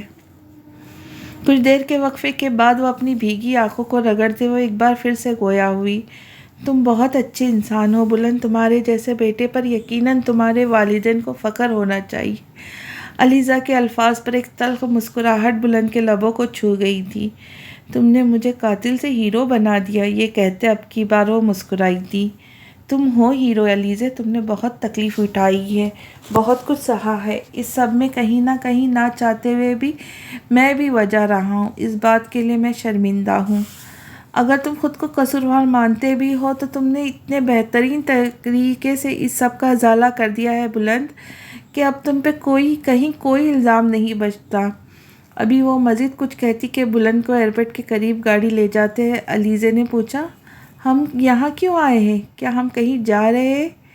ایک سیکنڈ، گاڑی کو ایئرپورٹ کے پارکنگ میں لے جاتے وقت بلند نے اسے ٹھہرنے کا کہا اور پھر گاڑی کو ایک سائڈ پر لگاتے اسے بتانے لگا، میری انکل صفدر سے بات ہوئی، وہ چاہتے تم ایبک کی فیملی کے ساتھ ان کے گاؤں چلی جاؤ۔ ان کا یہ بھی کہنا ہے کہ وہ تمہارے سلسلے میں جہانگیر خان کے علاوہ کسی پر بھروسہ نہیں کر سکتے، اور ہاں یہ وہی جہانگیر خان ہے جنہیں بیٹی کا رشتہ دیتے ان میں 100 نقص نظر آنے لگے تھے۔ تمہارا ان کے ساتھ جانا بہتر ہے علیزہ، یوں تم منظر عام سے ہٹ جاؤں گی اور کچھ ٹائم تک وہ لوگ جو ابھی باتیں کریں وہ سب بھی آگے بڑھ جائیں گے۔ پر بلند اگر تم چاہو تو میں یہاں تمہاری بیوی کی حیثیت سے تمہارے ساتھ رکنے کو تیار ہوں۔ نہیں علیزہ، میں اپنی وجہ سے تمہاری زندگی داؤ پر نہیں لگا سکتا۔ ویسے بھی جو راستہ میں نے اب اپنے لیے چنا ہے اس میں بہت کٹھنائیاں ہیں، میں یہ نہیں چاہتا تم ان راستوں پر میرے ساتھ چلو۔ تم ایک بہت اچھی لڑکی ہو علیزہ، جو کچھ بھی ہوا اسے بھولنا اتنا آسان تو نہیں ہے، پر پھر بھی میرا مخلصانہ مشورہ ہے تم سب بھول کر آگے بڑھو۔ تمہارے آگے پوری زندگی پڑی، خوشیوں پہ حق ہے تمہارا۔ پر میں جہانگیر چاچو کے ساتھ کیسے جا سکتی؟ میری وجہ سے ایبک اور انہیں بہت کچھ سے گزرنا پڑا ہے۔ تم اس سب کی فکر مت کرو، وہ خود ایسا چاہتے ہیں، اور آگے ایبک بھی تو منتظر ہے تمہارا۔ ایبک کے نام پر چہرے پر ایک طنز سا ابھرا تھا۔ اگر وہ ایبک کی اس دن کی کہی بات اس پل بلند کو بتا دیتی، کیا تب بھی وہ یہ بات کہتا؟ اس سے پہلے کہ علیزہ اسے کچھ کہتی، گاڑی سے باہر نکل آیا، ڈگی سے ایک بڑے سائز کی ایک چھوٹے سائز کا بیگ نکالتے علیزہ کے سامنے رکھا تھا۔ جب گاڑی سے نکلتی اس کے پاس آ پہنچی تھی۔ ان بیگز میں آلموسٹ سارا سامان ہے تمہارا، اور یہ ہینڈ کیری اپنے ساتھ رکھنا، اس میں ساری جویلری ہے۔ اب وہ جیب سے نکالتے ایک موبائل اس کے سمت بڑھا رہا تھا، یہ لو، اس میں میرا نمبر فیڈ ہے، کبھی بھی کسی بھی چیز کی ضرورت ہو بس ایک بار مس کال دے دینا مجھے۔ وہ مسکراتے ہوئے سے فون تھما گیا۔ تمہارا بہت شکریہ بلند، تم نے بہت کچھ کیا ہے میرے لیے۔ اور ہاں ایک اور چیز، کچھ یاد آتے وہ پھر سے گاڑی کی سمت بڑھا تھا اور ایک پتلی سی فائل نکال لایا تھا، یہ لو، اس میں کیا ہے؟ ڈائیورس پیپرز ہے۔ میں جانتا ہوں اس سب کی کوئی وقت نہیں ہے، پر دنیا کے سامنے ہم میاں بیوی ہی تھے اور تمہیں آگے بڑھنے کے لیے اس کی ضرورت ہوگی۔ اس میں نکاح نامے کی بھی کاپی ہے۔ وہ فائل اب علیزہ تھام چکی تھی، جبکہ ایک پورٹر کو بلند اس کے لگیج تھما چکا تھا، لیکن وہ چھوٹا سائز کا بیگ جسے ہینڈ کیری کرنا تھا اسے گھسیٹتے وہ علیزہ کے ساتھ ایئرپورٹ کی سمت بڑھنے لگا تھا۔ مین گیٹ تک پہنچتے وہ وہیں رک گیا اور پھر بیگ علیزہ کو تھماتے وہ الوداعی نگاہوں سے اسے دیکھتے بتانے لگا، اندر تمہیں جہانگیر خان مل جائیں گے، ان کے پاس ٹکٹ ہے تمہارا۔ ایک بار پھر سے شکریہ تمہارا بلند۔ اس کے شکریہ پر بلند نے سر کو خم کیا تھا۔ علیزہ؟ ہاں، وہ جو مڑ چکی تھی پھر سے پلٹی، ہو سکے تو میرے راز کو راز ہی رکھنا، مجھے بہت کچھ کرنا ہے ابھی، اگر میرا اصل باہر آ گیا تو پھر میرے کام ادھورے رہ جائیں گے۔ تم سمجھ رہی ہو نا میں کیا کہنا چاہ رہا ہوں؟ تم بے فکر رہو بلند، میں کبھی بھی تم پر یا تمہاری ذات پر کوئی حرف نہیں آنے دوں گی اور ہمیشہ تمہارے لیے دعا گو رہوں گی۔ تم ایک روز ضرور ایک عظیم انسان بنو گے اور تمہاری شناخت چھپانے والے تم پر فخر کریں گے۔ 2.5 ماہ بعد۔ زندگی چاہے پھولوں میں لپٹی ہو یا پھر خاردار کانٹوں میں، زندگی کا کام گزرنا ہے، جیسے تیسے گزر ہی جاتی ہے۔ کتنے ہی موسم آتے ہیں اور جاتے ہیں، پر انسان کی زندگی میں وہی موسم رہتا ہے جو موسم اس کے دل کا ہوتا ہے۔ زندگی ہمیں وہ رخ دکھاتی ہے جن کے بارے میں شاید ہم کبھی سوچ نہیں پاتے۔ ایسا ہی تو ہوا تھا علیزے کے ساتھ۔ وہ جو کبھی ایبک کے ساتھ مل کر یہ پلان کرتی تھی وہ کیسے اس کے گاؤں جائیں گی، وہاں جانے کے بعد ایبک اسے کہاں کہاں لے کر جائے گا، وہ ساتھ کتنا انجوائے کریں گے۔ آج قسمت سے اسے یوں اکیلے ایسے جگہ پر لائی تھی کہ اس نے اپنی طلاق کے بعد عدت کے دن اسی حسین وادی میں اپنے مستقبل کا سوچتے ہوئے گزار دیے تھے۔ علیزے کی عدت کچھ دن پہلے پوری ہوئی تھی اور ایبک لاہور میں اپنے اگزام دے رہا تھا۔ کیا جو فرق علیزے کی زندگی پر پڑا تھا ویسا ہی فرق ایبک کی زندگی پر پڑا تھا؟ شاید نہیں، کیونکہ وہ لڑکا تھا۔ ہمارے معاشرے میں ہر سزا، ہر قصور صرف لڑکیوں کے حصے میں آتے ہیں۔ مرد تو بڑے سے بڑے گناہ کے بعد بھی پاک اور صاف رہتے ہیں، لڑکی اس پر تو گھر سے بازار تک بنا اجازت جانے پر بھی کردار پر کیچڑ مل دیا جاتا ہے۔ علیزے جب سے یہاں آئی تھی اس نے اپنا سارا وقت اس خوبصورت لکڑی اور پتھر کے امتزاج سے بنے گھر کے بیک یارڈ میں پڑے اس بڑے سے پتھر پر بیٹھے بیٹھے گزار دیے تھے۔ وہ اس جگہ پر بیٹھ کر نیچے گزرتے دریا کو دیکھتے اکثر یہ سوچتی اب آگے کیا کرنا ہے، کس طرح سے اپنی زندگی کو ایک ڈگر پہ چلانا ہے، پر ابھی تک صرف سوال نشان کھڑا منہ چڑھا رہا تھا۔ یہاں بیٹھے اکثر دل میں یہ بات بھی آتی تھی کہ اس دریا میں ڈوب کر جان دے دے۔ بھلا اب اس کی ذات سے کسی کو کیا سروکار تھا؟ اس سے پہلے کہ وہ مزید کچھ سوچتی فاطمہ خرامہ چلتی اس تک پہنچی تھی۔ سارا دن یہاں بیٹھ کر کیا سوچتی رہتی ہے میری بیٹی؟ علیزے کے سر پہ ہاتھ رکھتے وہ بہت محبت سے پوچھ رہی تھی۔ کچھ نہیں، بس ایسے ہی۔ تمہاری عدت کے دن بھی پورے ہو گئے ہیں نا؟ جی، ایبک آ رہا ہے 19 کو۔ ایبک کے ذکر پہ آنکھوں میں کرچیاں چبھی تھی۔ ہم چاہتے ہیں کہ اس کے آنے کے بعد اگلے ہی دن ہم تم دونوں کی شادی کر دیں۔ کیا تمہیں کوئی اعتراض ہے؟ کیا؟ آپ نے ایبک سے پوچھا۔ کیا وہ اب بھی مجھے اپنانا چاہتا ہے؟ سوال پر سوال داغا گیا۔ ہاں بیٹا، اسے کیا اعتراض ہے بھلا؟ اس کی تو دلی مراد پوری ہونے والی ہے۔ کیا ہم سب نہیں جانتے وہ کتنا چاہتا ہے تمہیں؟ جب تمہاری شادی بلند سے ہوئی اس وقت کن حالوں میں تھا ایبک؟ بالکل کوئی دیوانہ معلوم ہوتا تھا۔ ہمیں تو کتنے دنوں تک یہی ڈر لگا رہتا تھا کہ وہ خود کو کچھ کر نہ لے۔ پھر بھی کیا آپ نے اسے یہ کہا کہ وہ مجھ سے شادی کرنا چاہتا ہے؟ تمہیں یقین کیوں نہیں آ رہا ہے؟ بیٹا، ہم تو کچھ دن بعد کی تاریخ رکھ رہے تھے، پر یہ ایبک کی ہی ضد تھی کہ اس کے آنے کے اگلے ہی دن نکاح کی رسم ادا کی جائے گی۔ ٹھیک ہے، مجھے کوئی اعتراض نہیں۔ علیزے کی قرار پر اسے ڈھیروں دعائیں دیتی اسی راستے پہ واپس چلی گئی جہاں سے وہ آئی تھی۔ تو مسٹر ایبک، بدلہ پورا نہیں ہوا تمہارا؟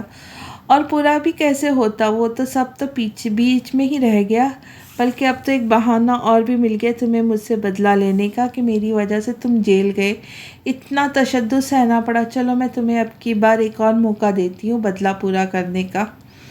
ہاں ایبک جہانگیر، میں تمہیں میری ہی بربادی کا ایک موقع دیتی ہوں، جاؤ، کیا یاد کرو گے؟ خود سے ہم کلام ہوتے علیزے نے پاس پڑا پتھر دریا میں اچھال دیا۔ بس میری محبت ہی نہ سمجھ آئی اسے، باقی میری غلطیوں کا سارا حساب رکھتا تھا۔ 17 جولائی۔ ایک بار پھر سے تمام رپورٹرز اور بلاگرز کادوانی ولا کے باہر موجود تھے۔ ہر طرف الگ ہی گہما گہمی مچی ہوئی تھی۔ وہ تمام رپورٹرز ایک سائڈ پر کھڑے ہوئے تھے، جبکہ سامنے بنے رن وے پر مسلسل ایک بڑھ کر ایک قیمتی گاڑی گزر رہی تھی، اور تبھی ایک بلیک آڈی کے وہاں سے گزرنے پر تمام رپورٹرز پیچھے لپکے تھے۔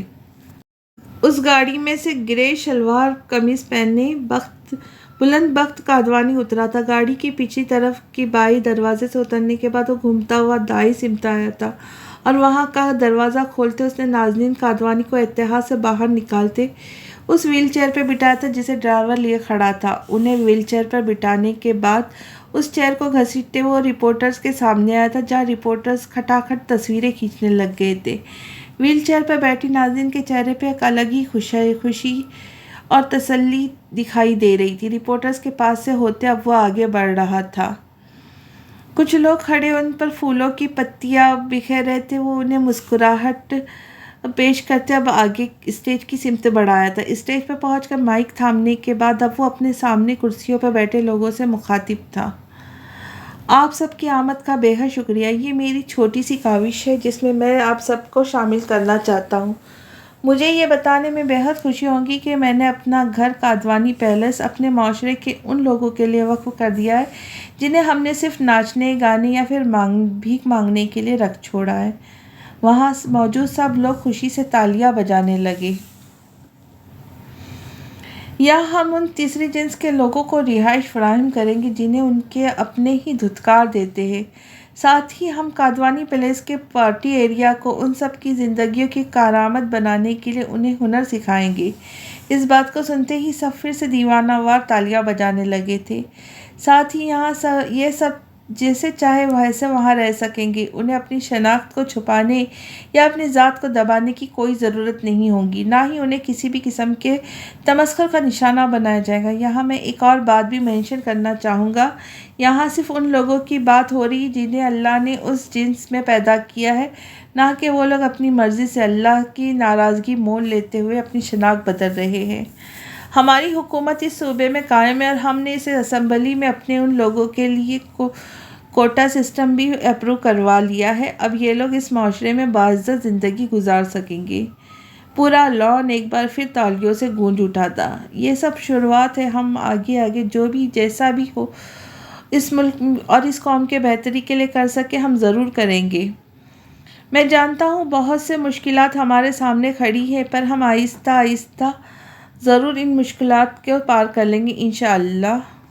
وہ اپنی بات کہتا تالیوں کی شور میں اسٹیج سے نیچے آیا تھا۔ ایک بار پھر ویل چیئر کو گھسیٹتے وہ اب اس جگہ اور پہنچا تھا جہاں لگے سرخ ربن کو کاٹنا تھا۔ بلند نے وہ قینچی اٹھاتے ناظرین کی طرح ہاتھ میں تھمائی تھی اور پھر وہ ربن انہوں نے کاٹ ڈالا تھا۔ میڈیا ان کے ساتھ اندر داخل ہوا تھا۔ اس شاہانہ عمارت کو جیسے پوری طرح بدل دیا گیا تھا، پکچرز بنانے لگا تھا۔ ساتھ ہی میڈیا وہاں پر رہنے والے چند لوگوں سے بھی شارٹ انٹرویوز کر رہے تھے۔ ان میں سے ایک رپورٹر ناظرین کے پاس آ پہنچا تھا۔ ایک ماں کی حیثیت سے آپ کو کیسا محسوس کر رہی ہے؟ مجھے میرے بیٹے پہ فخر ہے۔ اپنے پیچھے کھڑے بلند کو دیکھتے مسکراتے ہوئے انہوں نے کہا تھا۔ مجھے اس بات پر فخر ہے کہ یہ میری اولاد ہے۔ بلند نے فرتے جذبات سے ان کے کاندھے پہ ہاتھ دھرا تھا۔ آج بلند نے وہ کام کیا، ان لوگوں کے لیے سوچا جو کبھی بھی کسی کی بھی پرائیورٹی لسٹ میں نہیں رہے ہیں۔ میں اپنے کندھے پہ موجود ہاتھ اب انہوں نے اپنا ہاتھ میں دھرا۔ میں چاہتی ہوں ہمارے معاشرے میں ان لوگوں کو ان کا حق اور عزت ملے، تاکہ اگر ایسی اولاد کسی کے گھر پیدا ہو تو اپنی عزت قائم رکھنے کے لیے انہیں اپنے گھروں سے بے دخل نہ کرنا پڑے۔ وہ اور بھی کچھ کہہ رہی تھی، پر ایبک کو کچھ فاصلے پر کھڑا دیکھ انہیں چھوڑتا اس سمت بڑھ گیا تھا۔ ایبک نے بلند کو اپنی طرف آتا دیکھ اس کے لیے احتراماً مصافحے کا ہاتھ بڑھایا۔ ایبک بڑے ہاتھ کو اگنور کرتے بلند سے گلگیر ہوا تھا۔ اور کیسے ہو ایبک؟ میں بالکل کچھ دیر پہلے ہی لاہور سے آیا ہوں۔ ایگزامز تھے نا تمہارے؟ ہو گئے؟ جی ہو گئے۔ آگے کا کیا پلان ہے؟ ابھی تو فی الحال گاؤں کے لیے نکلوں گا۔ 19 کو اور 20 کو نکاح ہے میرا۔ علیزے سے؟ بالکل اچھا فیصلہ ہے، میں بہت خوش ہوں تم دونوں کے لیے۔ ویسے بھی اب ہر مشکل دور ہو گئی۔ یہ دنیا کا عجیب مرد ہے جو اپنی ہی چھوڑی ہوئی عورت کی دوسری شادی پر اس قدر خوش ہو رہا ہے۔ بلند کی خوشی ایبک کو ہضم نہیں ہوئی تھی۔ ہاں اب کوئی دیوار نہیں ہے بیچ میں، صفدر انکل بھی راضی ہے، ہونا بھی چاہیے انہیں۔ بہت اچھی ایفرٹ ہے۔ اپنے چاروں اطراف نگاہ دوڑاتے ایبک نے اسے سراہا۔ ہاں بس چھوٹی سی کوشش ہے۔ تمہارا کیا پلان ہے آگے کا؟ مینز جاب کرو گے یا بزنس؟ بابا نے ریٹائرمنٹ لے لی ہے، اپنی زمینوں پہ کوئی ریسٹورنٹ اسٹارٹ کرنے کا ارادہ ہے۔ ویسے بھی ہمارے گاؤں میں ٹورزم بہت زیادہ ہے، اس لیے یہ پلان کام کرے گا۔ واو دیٹس گریٹ! کیوں نہ ہم ایسا کریں، وہاں ایک 5 اسٹار ہوٹل اسٹارٹ کریں۔ مجھے اپنا پارٹنر بنا لو، بلند نے خوش دلی سے آفر کی۔ ضرور، میں بابا سے ڈسکس کروں گا۔ ٹھیک ہے، جو بھی تمہارا پلان ہو مجھے کال کر دینا، باقی سب ہو جائے گا۔ ایبک کے کندھے کو تھپکاتا وہ ایک شان سے آگے بڑھ گیا تھا۔ 20 جولائی آج کی صبح کچھ منفرد طلوع ہوئی تھی۔ یہ گاؤں جہاں گرمیوں کی دوپہر بھی اکثر و بیشتر سرد ہوتی تھی، آج سورج بری آبتاب سے چمک رہا تھا۔ جہانگیر خان نے صحابائی پتھر اور لکڑی کے امتزاج سے بنے 2 منزلہ خوبصورت گھر میں آج ہر طرف خوشیاں ہی خوشیاں تھیں، اور کیوں نہ ہوتی آج اس گھر کے اکلوتے سپوت کی شادی اور کچھ ماہ طویل دکھوں بھرا سفر اور اپنے اختتام کو پہنچا تھا۔ شادی کے اختتام گھر کے سامنے بنے لان میں کیا گیا تھا۔ پیڑ پودوں میں لپیٹی روشنیاں دوپہر کی وجہ سے فی الوقت بند تھی، پر ان پر لگے پھلوں اور پھل یہاں کی خوبصورتی کو بڑھا رہے تھے۔ ایک چھوٹا سا خوبصورت سفید اور ہلکا گلابی رنگ کا اسٹیج درمیان میں بنایا گیا تھا، جس پر اس رنگوں کے پھولوں کی ڈیکوریشن تھی۔ سامنے لگی کرسیوں پر اب مہمان آ کر بیٹھنے لگے تھے۔ فاطمہ اور جہانگیر کے چہرے سے ٹپکتی خوشی اتنی تھی۔ آج ان کے بیٹے کی دلی کی مراد برآنے والی تھی۔ آج ان کی زندگی میں پھر سے خوشیاں لوٹنے والی تھی۔ غم کے بادل چھٹ گئے تھے۔ ان سب سے ہوتے اگر اندر کی سمت بڑھو ایبک کے کمرے کی جانب، تو وہاں اپنے گیلے بال کو تولیے سے رگڑتا ہوا بہت خوش دکھائی دے رہا تھا۔ سفید رنگ کی شلوار قمیص پر سفید ہی پرنس کوٹ پہننے کے بعد ایبک نے اپنی روایتی سفید ہی رنگ کی ٹوپی سر پر جمائی تھی، جس پر ایک خوبصورت سا پنکھ لگا ہوا تھا۔ پیروں میں براؤن رنگ کی پشاوری چپل پہنے اب وہ آئینے کے سامنے کھڑا تھا، خود کو تنقیدی نظروں سے دیکھ رہا تھا۔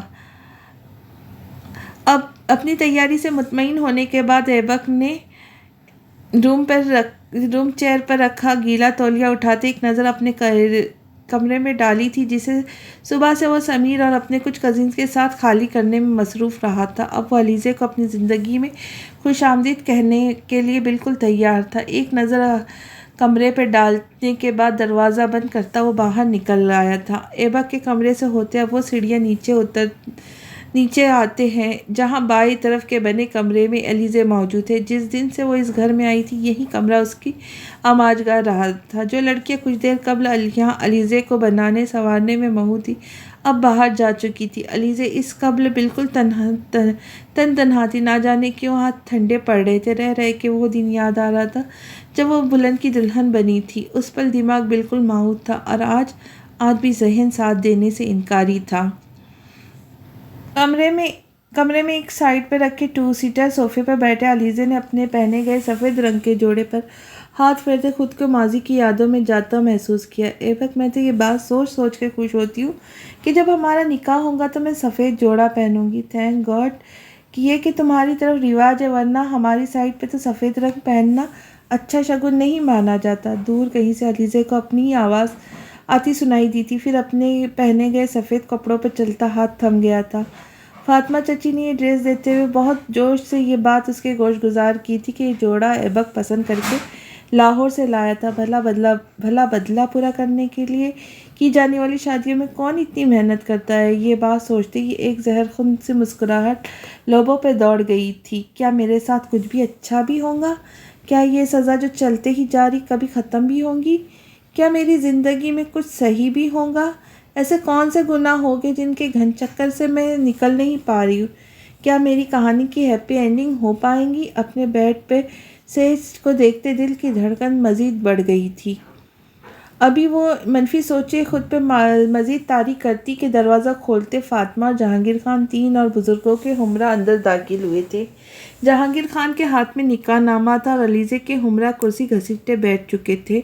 سمیر بھی اندر داخل ہوا تھا۔ اس کے فون سے صفدر ملک کو ویڈیو کال پہ لگایا گیا تھا، جبکہ ایک سفید کڑھائی والی چادر فاطمہ نے علیزے کے سجے سورے روپ پہ اڑا دی تھی۔ اس چادر کے گھونگھٹ کے اوٹ سے علیزے کا دل گھبرانے لگا تھا۔ ہاتھ جو کچھ دیر قبل صرف ٹھنڈے تھے، اب پسینے سے بھیگنے لگے تھے۔ اتنی گہر حالت تو تب بھی نہیں ہوئی تھی جب وہ بلند کے لیے نکاح قبول کرنے والی تھی۔ جہانگیر خان نے نکاح پڑھانا شروع کر دیا۔ علیزے صفدر ملک، کیا آپ کو ایبک جہانگیر ولد جہانگیر خان سے 25,000 روپے حق مہر کے عوض یہ نکاح قبول ہے؟ جی قبول ہے۔ دل بہت زور سے دھڑکا تھا۔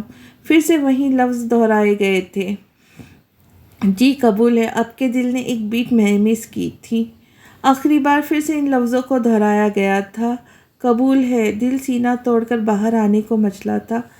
جہانگیر نے ہاتھ میں پکڑا کاغذ علیزے کی طرف بڑھایا، جس پر کانپتے ہاتھوں سے دستخط کیے گئے تھے۔ ایجاب و قبول کی منزل طے کرنے کے بعد کب کے رکے آنسو بہنے لگے تھے۔ جہانگیر خان نے سر پہ شفقت بھرا ہاتھ رکھا تھا، جبکہ فاطمہ نے فرط جذبات میں اسے خود سے لپٹا لیا تھا۔ اب وہ سب باہر نکل رہے تھے، کیونکہ اب ایبک کی باری تھی۔ سمیر نے ہاتھ میں پکڑا فون علیزے کی سمت بڑھایا تھا۔ صفدر اور نرمین علیزے سے بات کرنا چاہتے تھے۔ علیزے نے وہ فون ہاتھ میں تھام لیا تھا۔ انہوں نے علیزے کو ایک نظر بھر کر دیکھا تھا اور ایک ہی نظر علیزے نے انہیں، اور پھر علیزے نے بنا کچھ کہے کال کٹ کرتے وہ فون سمیر کو واپس تھما دیا تھا، جو علیزے کو حیرت سے تکتا باہر نکل گیا تھا۔ جہانگیر خان اور ان کے ہمراہ وہیں تین بزرگ اور فاطمہ اسٹیج پر ایبک کے نزدیک پہنچے تھے، جس کا چہرہ اس پر اتنا دمک رہا تھا کہ آسمان سے کسی بلب کو مات دے پاتا۔ جہانگیر خان نے ایبک کے پاس بیٹھتے وہی لفظ پھر سے دہرائے تھے جو کچھ دیر قبل اندر بول کر آئے تھے۔ ایبک جہانگیر ولد جہانگیر خان، کیا آپ کو علیزے صفدر ولد صفدر ملک سے 25,000 روپے حق کے مہر کے عوض یہ نکاح قبول ہے؟ قبول ہے۔ ایبک کے لبوں سے ان لفظوں کے نکلتے ہی آنکھوں میں مرچی بھرنے لگی تھی۔ ایک بار پھر سے وہی لفظ دہرائے گئے تھے، قبول ہے۔ اب کی بار آنکھوں میں آنسو چمکے تھے۔ ایک آخری بار انہیں لفظوں کو گردان کی گئی، قبول ہے۔ ایک آنسو آنکھ سے ٹپکا تھا۔ نکاح نامے پہ دستخط کے بعد جہانگیر سے لگتا خاموشی سے چند آنسو بہا گیا تھا۔ آنکھیں تو جہانگیر کی بھی بھیگ گئی تھی، فاطمہ بھی گلے لگے آبدیدہ ہوئی تھی۔ وہ دونوں جانتے تھے علیزے ان کے بیٹے کی واحد خواہش ہے۔ انہوں نے اسے علیزے کے لیے تڑپتے بلکتے دیکھا تھا، نہ جانے کب اس کی مرادیں پوری کرنے کے لیے اللہ کے سامنے گڑ گڑائے تھے، اور آج ان سب کی مراد برائی تھی۔ ہر طرف مبارکباد کا شور اٹھا تھا، سب مرد حضرات ایبک کے گلے مل رہے تھے اور عورتیں مبارکباد دے رہی تھیں۔ ایبک بھی اپنی گیلی آنکھیں رگڑتا مسکراتے ہوئے سب کو مبارکباد سمیٹ رہا تھا۔ ان کے نصیب میں لکھی خوشی قسمتی ان کے مزید نزدیک آ چکی تھی، بہت نزدیک۔ علیزے اور ایبک کا نکاح ہو چکا تھا، وہ ایک اٹوٹ بندھن میں بن چکے تھے۔ ایک دوسرے کو پا لینے کی آس جو دم توڑ چکی تھی ایک بار پھر سے جی اٹھی تھی۔ دونوں نے ایک دوسرے کو پا لیا تھا۔ ایبک اسٹیج کے ہی ایک طرف کھڑے سمیر کے ساتھ کسی بات میں مصروف تھا، ہنسنے پہ مصروف تھا۔ تبھی اس کی نظر اپنے سامنے اٹھی جہاں سے فاطمہ اور جہانگیر علیزے کو تھامے ان کی سمت بڑھ رہے تھے۔ ہے تمنا یہی تمہیں دلہن بنائے، تیرے ہاتھوں پہ مہندی اپنے نام کی سجائے۔ علیزے کو یوں اپنے سمت بڑھتا دیکھ یہ سب ایک خواب معلوم ہو رہا تھا۔ وہ اس کی پسند تھی، اس کی ہی پسند کیے لباس میں موجود، بطور حیثیت اس کی بیوی قدم اٹھاتی اس کے دل میں اتر رہی تھی۔ ایک طویل مشقت کے بعد بالآخر وہ ایک ہو گئے تھے۔ اپنی آنکھ کا بھیگا گوشہ اپنی انگلی کے پور سے صاف کرتے وہ مسکراتا ہوا آگے بڑھا تھا اور اپنی ہتھیلی اس کے سامنے بڑھائی تھی۔ ایبک کے بڑے ہاتھ دیکھتے اس نے نظریں اٹھائے ایبک کو دیکھا تھا جو اس پل اس کا منتظر تھا۔ علیزے کو ہاتھ بڑھاتے نہ دیکھ فاطمہ نے اس کا ہاتھ ایبک کے ہاتھ میں تھما دیا، پر جن نظروں سے اس نے ایبک کو دیکھا تھا ان نظروں میں بسی سرد مہری ایبک کو خود میں اتری محسوس ہوئی تھی، پر دوسری کی طرف وہ اتنا خوش تھا کہ اسے سرد مہری کا مفہوم جان ہی نہیں پایا تھا۔ ایبک کا ہاتھ تھامے وہ اسٹیج تک آ پہنچی تھی، اس خوبصورت سفید صوفے پر بیٹھے جس کی ایک سمت ہلکے گلابی رنگ کا کپڑا ڈلا ہوا تھا۔ فوٹوگرافر نے کھٹاکھٹ تصویریں بنانا شروع کر دیا تھا۔ فیملی کے لوگ بھی اب وقتاً فوقتاً ساتھ آ کر بیٹھنے لگے تھے۔ علیزے اس پل اسٹیج پر اکیلی موجود تھی۔ ایبک کو جہانگیر نے اپنے کسی خاص دوست سے ملنے کے لیے نیچے بلوا لیا تھا، پر رشتہ داروں کا اسٹیج پر آنا اب بھی جاری تھا۔ ایبک کی ایک دور کی بزرگ دادی جو فوٹوز بنانے بیٹھی تھی اب بھی وہیں موجود تھی۔ ان کی عمر کو مد نظر رکھتے کسی نے انہیں اٹھنے کا بولا بھی نہیں تھا۔ پہلے وہ علیزے کی ڈریس پر ہاتھ پھیر کے کپڑے کا مٹیریل چیک کرنے لگی تھی۔ کپڑے سے مطمئن ہونے کے بعد اب وہ علیزے کے بازو میں پکڑے سونے کے کنگن کو چھو کر دیکھ رہی تھی۔ ان کا بس نہیں چل رہا تھا انہیں اتروا کر اس کا وزن کر ڈالے۔ اس سب سے فارغ ہونے کے بعد وہ اس لڑکی کی طرف جو ان کی ان حرکتوں سے باز رہنے کے لیے بولے جا رہی تھی مڑتی ان سے بلتی زبان میں سوال کرنے لگی تھی، یہ وہی لڑکی ہے نا جس نے اپنے پہلے شوہر کے باپ کو قتل کر ڈالا تھا؟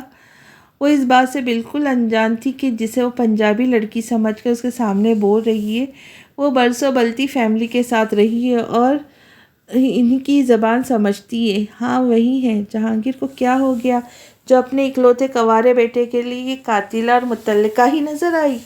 محبت کرتے تھے دونوں۔ ساتھ کھڑی لڑکی نے اپنی رائے دینا ضروری سمجھا۔ توبہ توبہ، آج کل کی لڑکیاں کو نہ جانے کیا ہو گیا ہے، شادی کر کے بھی چکر چلاتی ہے، اللہ معاف کرے۔ اور اس کے تو ہاتھوں کو خون لگ گیا، نہ جانے کل کو ہمارے ایبک کو بھی کوئی نقصان نہ پہنچا دے۔ علیزے کو تو جو بہت کلیئرلی ان کی باتیں سن رہی تھی، اب کچھ غصے سے اس کے ہاتھ کانپنے لگے تھے۔ اس کا حوالہ جو چیزیں رہ گئی تھی ان کا سننا بہت مشکل تھا۔ اسی سب میں فاطمہ اپنی والدہ کا ہاتھ پکڑے انہیں علیزے سے ملوانے اسٹیج پر لائی تھی۔ علیزے کو پیار کرتے وہ بلتی زبان میں اس بات پر افسوس کر رہی تھی کہ کاش انہیں اردو آتی تو وہ اپنی نواسے کی دلہن سے بات کر پاتی۔ تبھی ہنستے ہوئے فاطمہ نے انہیں یہ بتایا کہ علیزے بلتی زبان سمجھنے کے ساتھ ساتھ بول بھی سکتی ہے۔ اس بات کو سنتے ہی جہاں خوشی خوشی انہوں نے ایک بار پھر سے علیزے کو خود سے لپٹا لیا، وہاں وہ لڑکی جو ان بزرگ خاتون کے ساتھ کھڑی تھی اسٹیج سے ہی اتر گئی، جبکہ ان خاتون نے اس بات پر ایسا ریئیکٹ کیا کہ میری بلا عشق کے کاف میں ہوں، عقل کے اعتکاف میں ہوں، پہلے پہل عزیز تھی دنیا، آج کل اختلاف میں ہوں۔ رات کے 10 بج رہے تھے۔ جہانگیر ہاؤس میں ابھی بھی کچھ منچلے گھر کے فرنٹ پہ بنے اس لان میں موجود روایتی دھن پہ رقص کرتے جھوم رہے تھے۔ وہاں موجود سب لوگ ایبک کی خوشی میں خوش تھے اور اپنا اپنا حصہ ڈال رہے تھے۔ وقفے وقفے سے ایبک بھی ان کا ساتھ دے رہا تھا۔ بون فائر کے گرد گھیرا ڈالے وہ سب ہنستے کھلکھلاتے اس کی نکاح کی خوشی منا رہے تھے جو آج دوپہر میں ہونا قرار پایا تھا۔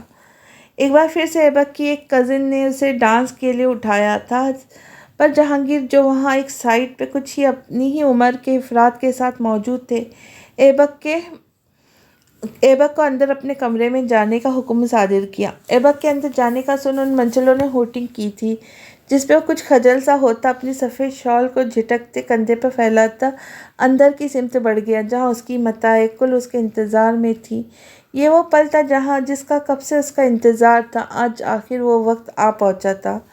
علیزے جب سے اس گھر میں داخل ہوئی تھی اس کا قیام اس کمرے میں تھا۔ ایبک نے بھی یہ فیصلہ کیا تھا وہ اسے اپنے کمرے میں شفٹ کرنے کی بجائے وہ خود یہاں اس کمرے میں رہے گا، کیونکہ وہ جانتا تھا کچھ ہی دنوں میں اس کمرے سے کس قدر اٹیچ ہو گئی ہے۔ کمرے کے دروازے کے باہر رک کر ایک گہری سانس لیتے وہ دروازہ کھولتے اندر داخل ہوا، جہاں تازہ گلابوں اور موتیوں کی خوشبو اس کے نتنوں سے ٹکرائی تھی۔ ایک خوشگوار احساس گھیرے میں بیڈ کے قریب آیا، جہاں علیزے کو نہ دیکھ اسے اچنبھا ہوا۔ وہ بیڈ کے سائڈ سے ہٹتا کمرے کے بائیں سمت مڑا تھا، جہاں سیٹنگ ایریا بنایا گیا تھا، وہ وہاں بھی موجود نہیں تھی۔ آخر وہ جا کہاں سکتی تھی؟ دل کی دھڑکن کچھ تیز بڑھی تھی، تبھی کمرے میں بنی اس کھڑکی سے اسے وہ دشمن جان وہاں دور بیٹھی دکھائی دی۔ علیزے کی جھلک دیکھتے دل کو کچھ سکون اترا تھا۔ وہ اس دروازے کو کھولتے بیک یارڈ کی سمت کھولتا کھلے ننگے پاؤں ہی باہر آ نکلا۔ پورا کمرہ کارپیٹڈ ہونے کے باعث جو جوتے دروازے میں ہی اتار دیے گئے تھے انہیں پہننے کی کوشش نہیں کی گئی تھی۔ وہ ننگے پاؤں چلتا اس اونچے اور بڑے پتھر کے قریب آ کر رکا تھا، جہاں وہ کسی مجسمے کی طرح بالکل ساخت سی بیٹھی ہوئی تھی۔ علیزے میری جان، کیا کر رہی ہیں یہاں؟ کوئی شال وغیرہ بھی نہیں اوڑھی؟ ہوا دیکھیے کتنی تیز ہے، ٹھنڈ لگ جائیں گی۔ اندر چلو، ہی تمہیں یہاں کہاں اس موسم کی عادت ہے؟ وہ بلا تکان بولتا اس کے سامنے آ رکا تھا۔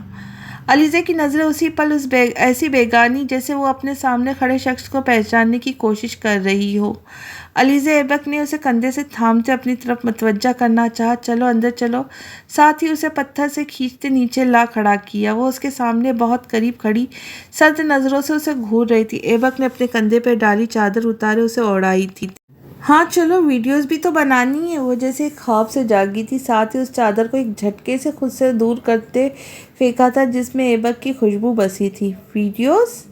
کیسی ویڈیوز؟ وہ اس کی اس چادر والی حرکت پہ بنا برا منائے مسکراتے ہوئے سوال کر رہا تھا، ساتھ ہی نیچے جھکتے شال اٹھائی تھی۔ وہی جو تم سوشل میڈیا پہ ڈال کر مجھے بلیک میل کرو گے۔ پچھلا پلان ادھورا رہ گیا تھا نا تمہارا، اور اسی پلان کو مکمل کرنے کو ہی تو یہ کھیل رچایا تم نے۔ علیزے یہ کیا بول رہی ہو تم؟ وہ اب بھی اس کی اس بات کا مفہوم سمجھ نہیں پایا۔ بھلا وہ اس پرانی بات کو کیسے جان سکتی تھی؟ ویسے کیسے ویڈیو بنانا چاہتے ہو؟ کس طرح کی ویڈیوز بنیں گی؟ تو تمہارے اندر جلتی بدلے کی آگ ٹھنڈی ہو پائیں گی، مجھے بستر پہ بدلہ لے جاؤں گے، اپنا حق جتاؤں گے اور ان مناظر کو کیمرے کی آنکھ سے قید کروں گے۔ ایسا ہی سوچا ہے کیا؟ تم ہوش میں ہو علیزے؟ کیا بکواس کر رہی ہو؟ پر وہ تو جیسی بحری ہو چکی تھی۔ ویسے ویڈیو بناؤں گی کیسے؟ کوئی خفیہ کیمراز لگاؤں گی یا پھر سمیر کو کیمرہ مین کی ڈیوٹی نبھانے کو کہوں گی۔ علیزے خاموش ہو جاؤ ورنہ پچھتاؤں گی، وہ دانت پیستے سرخ چہرہ لیے اسے وارن کر رہا تھا۔ وہ کتنے دھڑلے سے اس کے سامنے کھڑے اس کی غیرت کو للکار رہی تھی۔ ویسے کیا ہی ویڈیو بنے گی، تم اور میں انتہائی نازیبہ حالت ساتھ ویڈیو بناتا سمیر، پھر تو تمہارا بدلہ پورا ہوگا نا؟ علیزے! بلند نے گراتے ہوئے اس کا نام لیا تھا، ساتھ ہی اس کے ہاتھ اٹھا تھا جسے علیزے کے چہرے پہ دے مارنے کی بجائے اس نے سختی سے مٹھی بھینچ لی تھی۔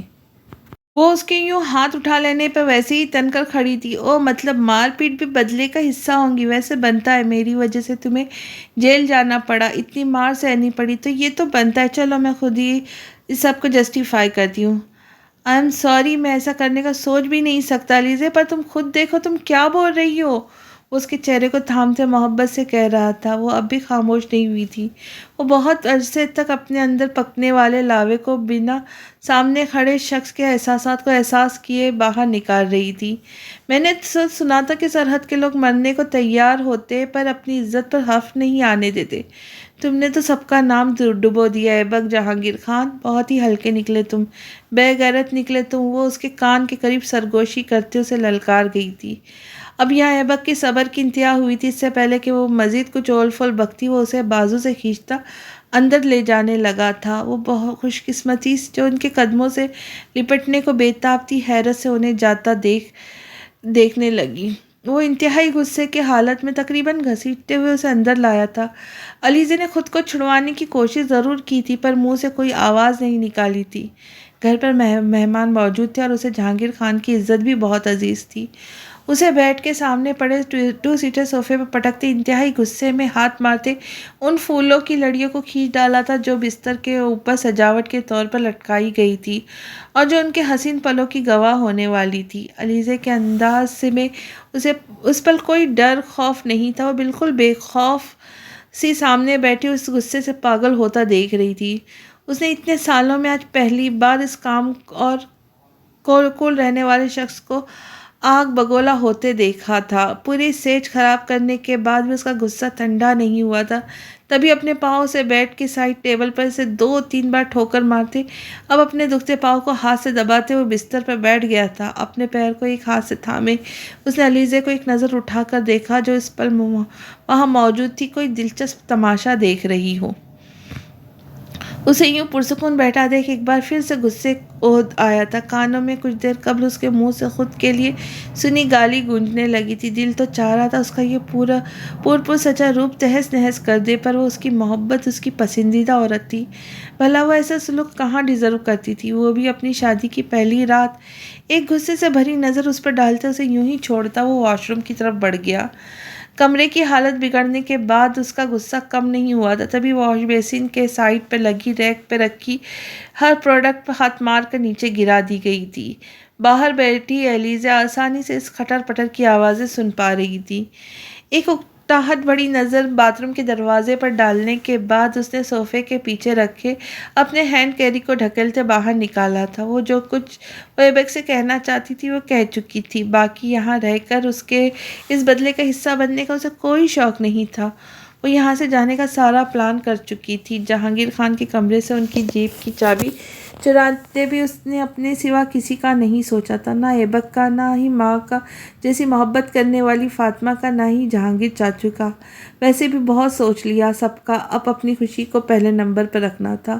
اس نے تو رات کی اس تاریخ کے متعلق بھی نہیں سوچا تھا۔ سامنے رکھی الماری سے چادر نکالتے سرسری سے کھڑی کھڑکی سے باہر دیکھا تھا۔ بھلا ایک قتل کر کے کسی کلاس جیل میں رہ کر 3rd ڈگری کا تشدد سہنے والی کا یہ رات بھلا کیا بگاڑ سکتی تھی؟ اپنا ہینڈ بیگ کندھے پہ لٹکائے ابھی وہ ایک قدم آگے بڑھانا ہی چاہتی تھی کہ صوفے کے سائڈ پر رکھے اپنے اس چھوٹے سے کافی ٹیبل پہ رکھا اس کا فون تھرتھرایا۔ فون کی اسکرین پہ چمکتا بلند کا نام دیکھتے وہ فون اٹھانے لگی تھی۔ علیزہ جب سے یہاں آئی تھی وہ پہلی بار تھا کہ بلند کے نمبر سے کوئی پیغام موصول ہوا تھا۔ واٹس ایپ پہ آئے اس وائس نوٹ کو سننے کے لیے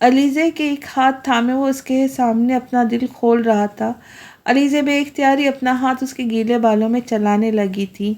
ایبک کا کیا اعتراف محبت اسے بہت ہلکا کر گیا تھا، بہت ہلکا۔ اس کے بے چین دل میں سکون بھرنے لگا تھا، دل کو قرار آنے لگا تھا۔ یہ بیگ یہاں کیوں ہے؟ کچھ پل کی خاموشی کے بعد ایبک نے علیزے سے سوال کیا۔ پہلے تو یہاں نہیں تھا، سائڈ پہ رکھا ہینڈ کیری دیکھتے سوال کیا گیا تھا۔ میں نے آج کی رات تمہیں ہر بات کہہ دینے کے بعد اس گھر سے جانے کا فیصلہ کیا تھا، اور ابھی جب تم واش روم میں تھے میں یہاں سے نکلنے والی تھی۔ کیا؟ تم ابھی اس وقت رات میں انجان جگہ سے جانے والی تھی؟ اور کہاں جانے والی تھی؟ وہ نہیں سوچا تھا میں نے۔ تمہیں پتہ ہے تم بہت بڑی گدھی ہو، کچھ بھی پلان کر لیتی ہو، آدھی باتیں سن کر پورا اسکرپٹ مائنڈ میں لکھ لیتی ہو۔ اس جگہ سے جہاں سے تم نکلنے کا سوچ رہی تھی، یہاں سے رات میں مرد بھی اکیلے نہیں نکلتے، خونی بھیڑیے یہاں۔ تم مجھے ڈرا رہے ہو؟ بالکل نہیں، آگے کے لیے خبردار کر رہا ہوں۔ میں اب پہلے والی علیزے نہیں رہی۔ ہاں، پہلے والی نہیں رہی، اب زیادہ خوبصورت ہو گئی ہو۔ اس کی تعریف پر وہ لجائی تھی۔ ویسے ایک بات تو بتاؤ، ساری پلاننگ تھی یہاں سے نکلنے کی، پھر رک کیسے گئی؟ بلند کا میسج آ گیا تھا۔ بلند کا کیا کہہ رہا تھا؟ سب ٹھیک ہے؟ تمہاری آڈیو ریکارڈنگ بھیجی تھی۔ میری کون سی کیسی ریکارڈنگ؟ جب وہ جیل میں ملنے آیا تھا تم سے تب کی۔ اوہ، اب سمجھا اس تبدیلی کا مطلب۔ ویسے عجیب آدمی ہے، بہت۔ عجیب کیسے؟ اپنی ہی ایکس وائف کو بھلا ہنی مون پیکج کون بھیجتا ہے؟ اپنے فون پہ بلند کا میسج دکھاتے وہ اسے بتا رہا تھا، جہاں مالدیوز کا 1 ہفتے کا ٹور پیکج تھا ریٹرن ٹکٹس کے ساتھ۔ ویسے جب میں بلند کی اچھائیاں دیکھتا ہوں تو صفدر چاچو پر غصہ کم ہونے لگتا ہے۔ بلند واقعی میں ایسا انسان ہے کہ کوئی بھی اسے اپنا داماد بنانا چاہے۔ وہ واقعی میں ایک عظیم انسان ہے۔ کیا اب ہم اپنا بلند نامہ بند کر سکتے ہیں؟ جیسا آپ کہے۔ وہ سینے پہ ہاتھ رکھتے تھوڑا سا خم ہوا اور ساتھ ہی نیچے اٹھا کھڑا ہوا اور اپنا ہاتھ علیزے کی طرف بڑھایا، جسے اس نے فوراً ہی تھام لیا۔ آؤ علیزے، اپنی نئی زندگی کی شروعات کریں اور ایک دوسرے سے وعدہ کریں کہ اب کبھی بھی کوئی بھی بدگمانی ہم اپنے درمیان آنے نہیں دیں گے۔ ایبک کا چہرہ ہاتھ اٹھائے دیکھتے اس کے بازوؤں میں سما گئی۔ کبھی نہیں آئیں گی۔ وہ آنکھیں موندے اس کی بڑھتی دھڑکنوں کو سن پا رہی تھی، جو کافی تیز تھی۔ ایبک اسے یوں ہی خود سے لپٹائے اس کے بالوں میں اپنے لب رکھتا اسے خود میں بھیج گیا تھا۔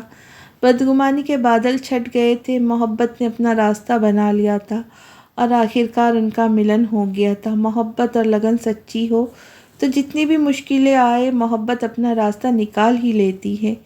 دروازے پہ کھڑی خوش قسمتی سینہ پھیلاتے اندر داخل ہوئی تھی اور ان دونوں کے قدموں سے لپٹ گئی تھی۔ کھڑکی میں کھڑے چودھویں کے چاند نے بھی اندر جھانکتے ان کی قربتوں کو دیکھتے آنکھیں موند لی تھی۔ تو اسی کے ساتھ آج کی کہانی یہیں پہ ختم ہوتی ہے۔ تو کیسی لگی کہانی ضرور بتائیے گا، اور جلدی ہی ملیں گے ہم ایک نئی کہانی کے ساتھ۔ تب تک کے لیے اجازت دیجیے۔ خوش رہے، خوشیاں بانٹے اور دعاؤں میں یاد رکھیے۔ اللہ حافظ۔